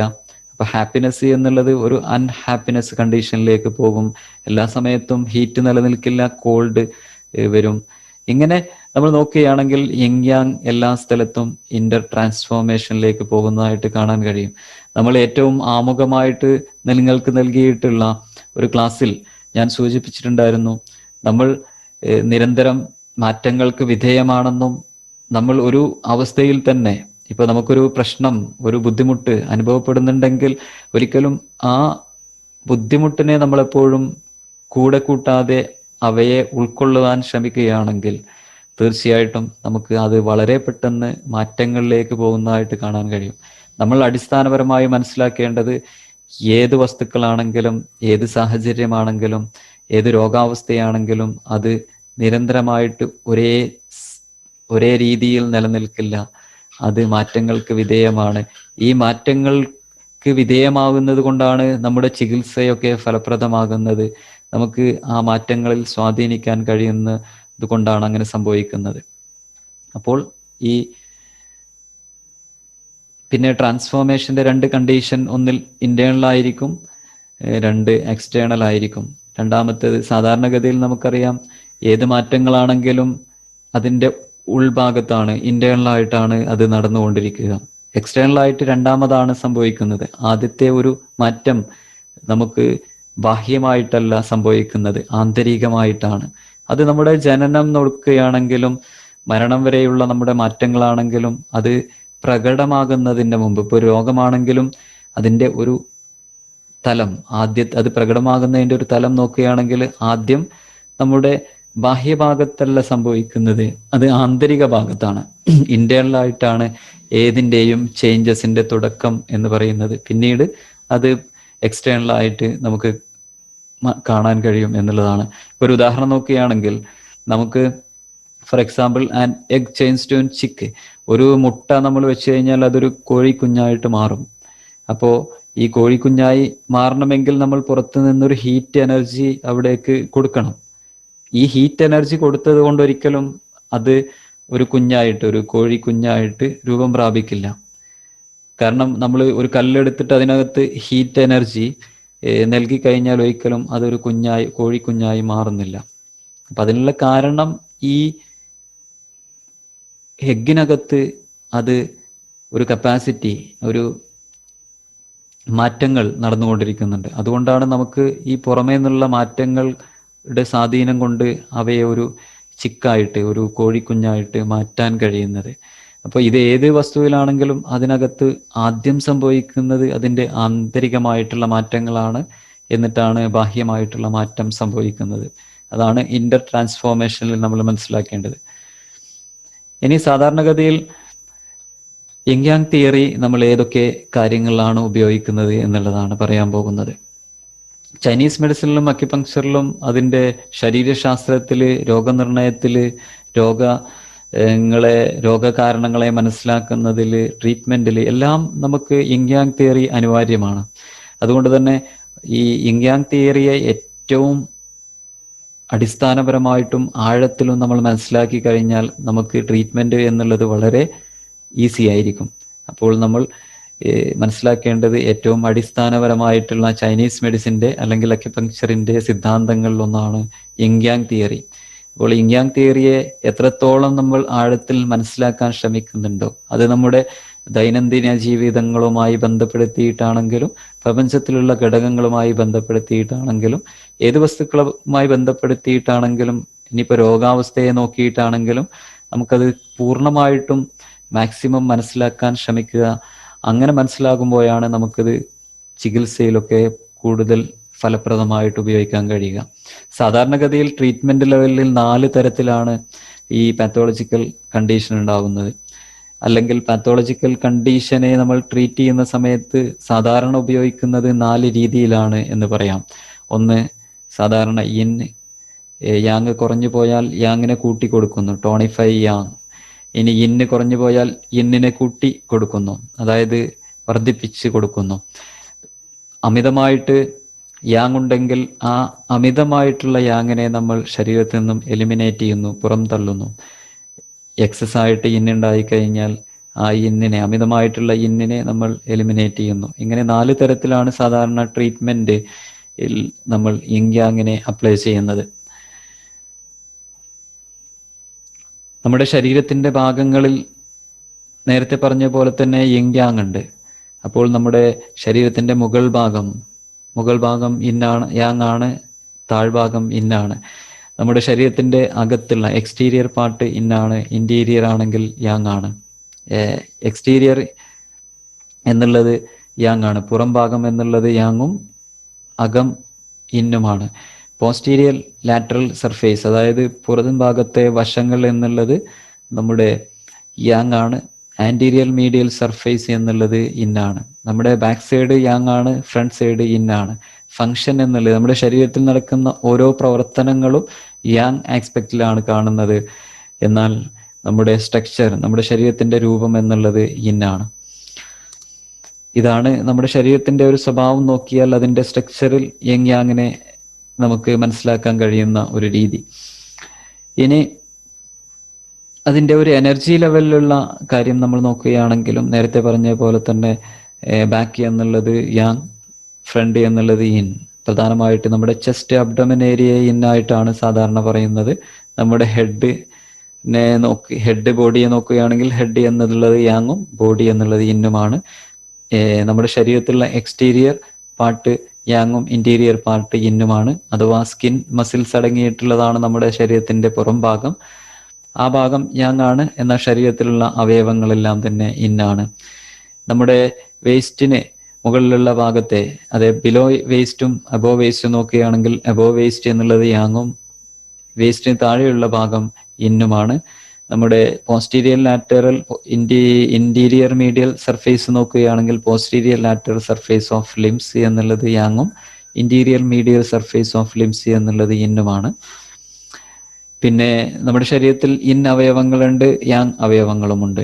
നമ്മുടെ ശരീരത്തിലുള്ള എല്ലാ പ്രവർത്തനങ്ങളും യാങ് ആണ്.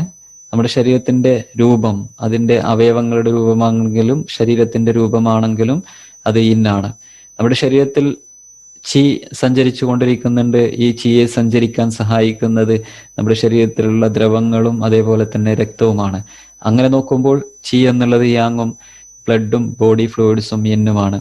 നമ്മുടെ ശരീരത്തെ പരിപോഷിപ്പിക്കുന്ന, നമ്മൾ ഭക്ഷണ പദാർത്ഥങ്ങളിലൂടെ അബ്സോർബ് ചെയ്യുന്ന ന്യൂട്രിറ്റീവ് ചി, നമ്മുടെ ഭക്ഷണത്തിൽ നിന്ന് ലഭിക്കുന്ന ഫുഡ് ഉണ്ട്, അത് ഇന്നാണ്.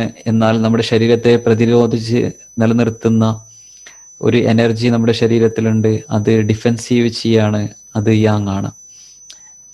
നമ്മുടെ ശരീരത്തിന്റെ ഒരു ഭാഗം സർഫേസ് നോക്കുകയാണെങ്കിൽ ബ്ലാക്ക് കളറിൽ ഇതെല്ലാം തന്നെ ഇന്നാണ്. എന്നാൽ വൈറ്റ് കളറിൽ ഇവിടെ അടയാളപ്പെടുത്തിയിട്ടുള്ളത് യാങ് ആണ്. ജസ്റ്റ് നമ്മൾ നോക്കി മനസ്സിലാക്കി വെക്കാൻ വേണ്ടിയിട്ട് മാത്രം നിങ്ങൾക്ക് ഈ ചിത്രം ഷെയർ ചെയ്യുന്നതാണ്. അപ്പോൾ ശരീരത്തിന്റെ ഏതൊക്കെ ഭാഗങ്ങളാണ് ഇന്ന്, ഏതൊക്കെ ഭാഗങ്ങളാണ് യാങ് എന്നുള്ളതിന്റെ സ്ലൈഡും അതിന്റെ ചിത്രവും ഞാനിവിടെ നൽകിയിട്ടുണ്ട്.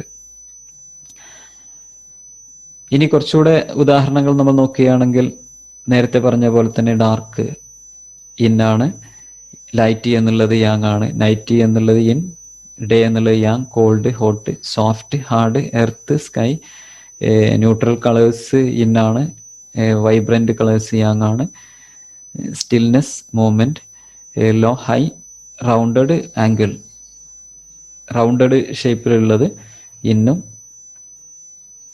ആംഗിൾ ഷേപ്പിലുള്ളത് യാങ്ങുമാണ്. Quiet, noisy, meek, aggressive, passive, active, even, odd, winter, summer, sleep, awake.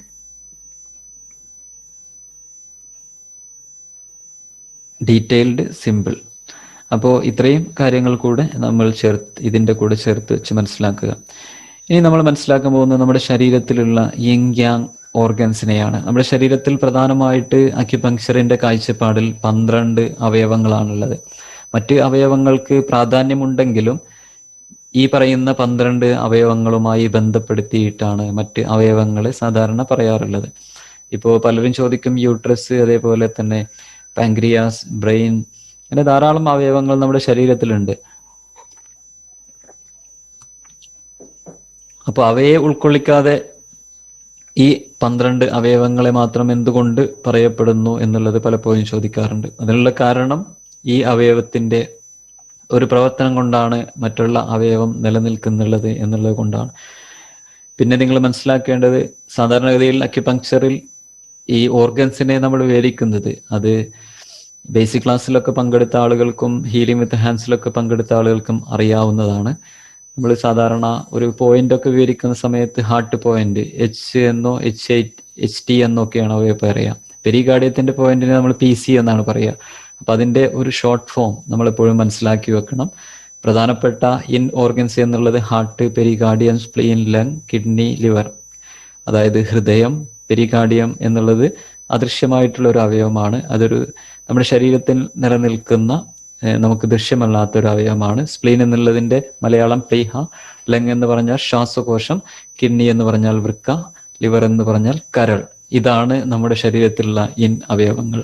ഹാർട്ടിനെ indicate ചെയ്യുന്നത് HT, പെരികാർഡിയത്തെ PC, സ്പ്ലീനിനെ SP, ലങ്ങിനെ LU, കിഡ്നിയെ K എന്നോ KD എന്നോ ഇൻഡിക്കേറ്റ് ചെയ്യും. ലിവറിനെ LIV എന്നോ അല്ലെങ്കിൽ LV എന്നോ ആണ് സാധാരണ അക്യുപങ്ക്ചറിൽ അറിയപ്പെടുന്നത്.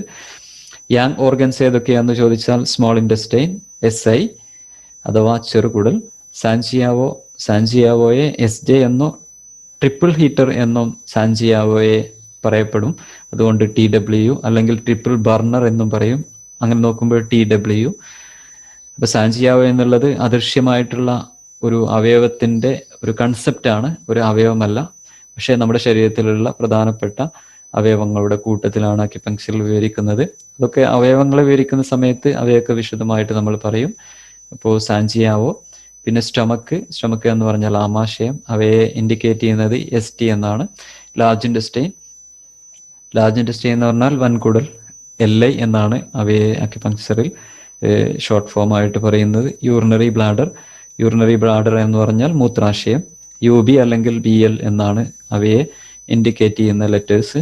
ഗോൾ ബ്ലാഡർ, അവിടെ ഒരു 6 മിസ്സായിട്ടുണ്ട്, അത് ചേർത്ത് വെച്ച് നിങ്ങൾ മനസ്സിലാക്കണം. ഗോൾ ബ്ലാഡറിനെ GB എന്നാണ് നമ്മൾ സാധാരണ പോയിന്റ്സ് ഒക്കെ വിവരിക്കുന്ന സമയത്ത് പറയാം. അപ്പോൾ നമ്മുടെ ശരീരത്തിൽ പ്രധാനപ്പെട്ട 12 അവയവങ്ങളുണ്ട്. എന്നാൽ ഈ 12 അവയവങ്ങളിൽ പെരികാർഡിയവും അതേപോലെ തന്നെ സാൻജിയാവോയും ഉൾക്കൊള്ളാത്ത 10 അവയവങ്ങൾ, ഇവയെ സാങ്ഫു എന്നാണ് അറിയപ്പെടുന്നത്. സാങ്ഫു എന്ന് പറഞ്ഞാൽ സാങ് എന്ന് പറഞ്ഞാൽ കൂൾ എന്നും ഫു എന്ന് പറഞ്ഞാൽ വാം എന്നുമാണ്. അല്ലെങ്കിൽ സാങ് എന്ന് പറഞ്ഞാൽ അതിൻ്റെ മറ്റൊരു തരത്തിൽ മനസ്സിലാക്കുകയാണെങ്കിൽ കട്ടിയുള്ള അവയവങ്ങൾ. ഫു എന്ന് പറഞ്ഞാൽ ദ്വാരങ്ങളുള്ള അവയവങ്ങൾ. ഒന്ന് ഹോളോ ഓർഗൻസ് അഥവാ ദ്വാരങ്ങളുള്ള അവയവങ്ങൾ, മറ്റേത് സോളിഡ് ഓർഗൻസ് അഥവാ സോളിഡ് എന്ന് പറഞ്ഞാൽ കട്ടിയുള്ള അവയവങ്ങൾ. കട്ടിയുള്ള അവയവങ്ങൾ എന്ന് പറഞ്ഞാൽ സാങ് ഓർഗൻസ്. അവയിൽ വരുന്നത് lung, heart, spleen, liver, kidney അഥവാ ശ്വാസകോശം, ഹൃദയം, പ്ലീഹ, കരൾ, വൃക്ക. ഫു എന്ന് പറഞ്ഞാൽ ഹോളോ അല്ലെങ്കിൽ വാം ഓർഗൻസ്, ആക്റ്റീവായിട്ടുള്ള ഓർഗൻസ്, അല്ലെങ്കിൽ യാങ് ഓർഗൻസ്. സാങ് എന്ന് പറഞ്ഞാൽ ഇൻ ഓർഗൻസ് ആണ്. ഫു എന്ന് പറഞ്ഞാൽ യാങ് ഓർഗൻസ് ആണ്. Large intestine, small intestine, stomach, goal bladder, bladder. Large intestine എന്ന് പറഞ്ഞാൽ വൻകുടൽ, ചെറുകുടൽ, ആമാശയം, പിത്താശയം, മൂത്രാശയം. ഇത്രയാണ് സാങ് ഫു ഓർഗൻസ്. അത് ജസ്റ്റ് മനസ്സിലാക്കി വെക്കുക.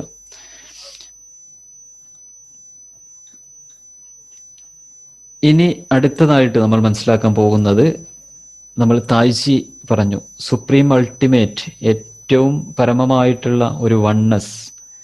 ആ വണ്ണസിനെ ഉൾക്കൊള്ളുന്ന ഒരു സിമ്പലാണല്ലോ യിങ് യാങ് അല്ലെങ്കിൽ തായ്ചി സിമ്പൽ. ഈ തായ്ചിയിൽ നിന്ന് അവയെ വേർതിരിക്കുകയാണെങ്കിലാണ് നമുക്കൊരു ബ്രോക്കൺ സോളിഡ് ലൈനുകൾ ലഭിക്കുന്നത്. ഈ ബ്രോക്കൺ സോളിഡ് ലൈനുകൾ നമ്മൾ പിന്നീട് ക്രമീകരിക്കുമ്പോൾ നമുക്ക് 4 രൂപങ്ങൾ അല്ലെങ്കിൽ 4 പ്രതിഭാസങ്ങൾ ലഭിക്കും. ഈ 4 പ്രതിഭാസങ്ങൾ, ഒന്ന് greater yang, lesser yang, lesser yin, greater yin എന്നാണ് അക്യുപങ്ക്ചറിൽ അറിയപ്പെടുക. അവയെ തായ് യാങ്, ഷാവോയാങ്, ഷാവോയിൻ, തായിൻ. ഇങ്ങനെ ഷാവോയിൻ, തായിൻ, തായ് യാങ്, ഷാവോയാങ്, ഇങ്ങനെയുള്ള 4 രൂപങ്ങളാണ് നമുക്ക് ലഭിക്കുന്നത്. അപ്പൊ അവയുടെ ഒരു ടേം കൂടെ നമ്മൾ മനസ്സിലാക്കണം. തായ് എന്ന് പറഞ്ഞാൽ 2 സോളിഡ് ലൈനുകൾ, തായ് യാങ് എന്ന് പറഞ്ഞാൽ 2 സോളിഡ് ലൈനുകൾ അഥവാ ഗ്രേറ്റർ യാങ് ആണ് അവയുടെ അർത്ഥം, ഏറ്റവും പരമമായിട്ടുള്ള യാങ്. ഷാവോ യാങ് എന്ന് പറഞ്ഞാൽ ലെസർ യാങ് ആണ്.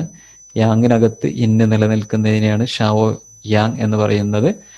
ലെസർ ഇൻ എന്ന് പറഞ്ഞാൽ ഇന്നിനകത്ത് യാങ് നിലനിൽക്കുന്നു, ഷാവോയിൻ.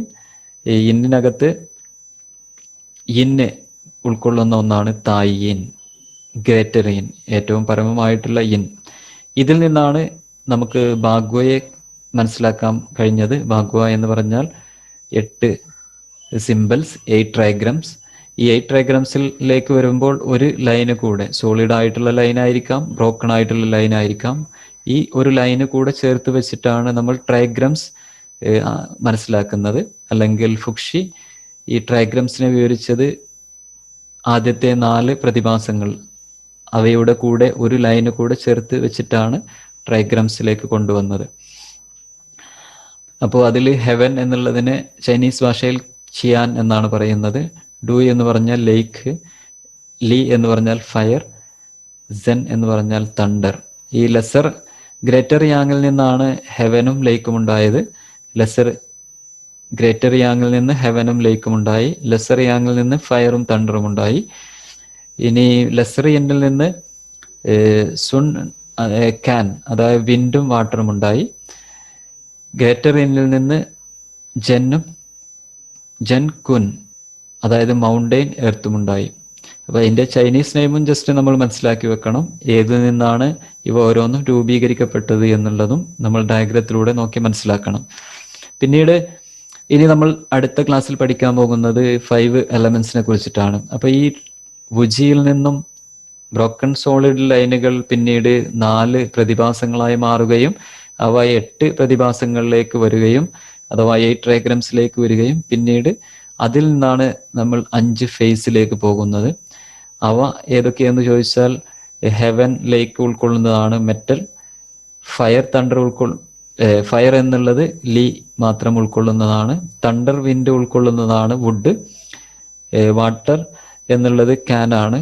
അത് രണ്ടും തുല്യമാണ്, ഫയറും വാട്ടറും ഈക്വൽ ആണ്. നമ്മുടെ ട്രൈഗ്രംസിലും അതേപോലെ തന്നെ 5 എലമെന്റ്സ് ഫേസസിലും നമ്മൾ ഒരേപോലെയാണ് പറയുന്നത്.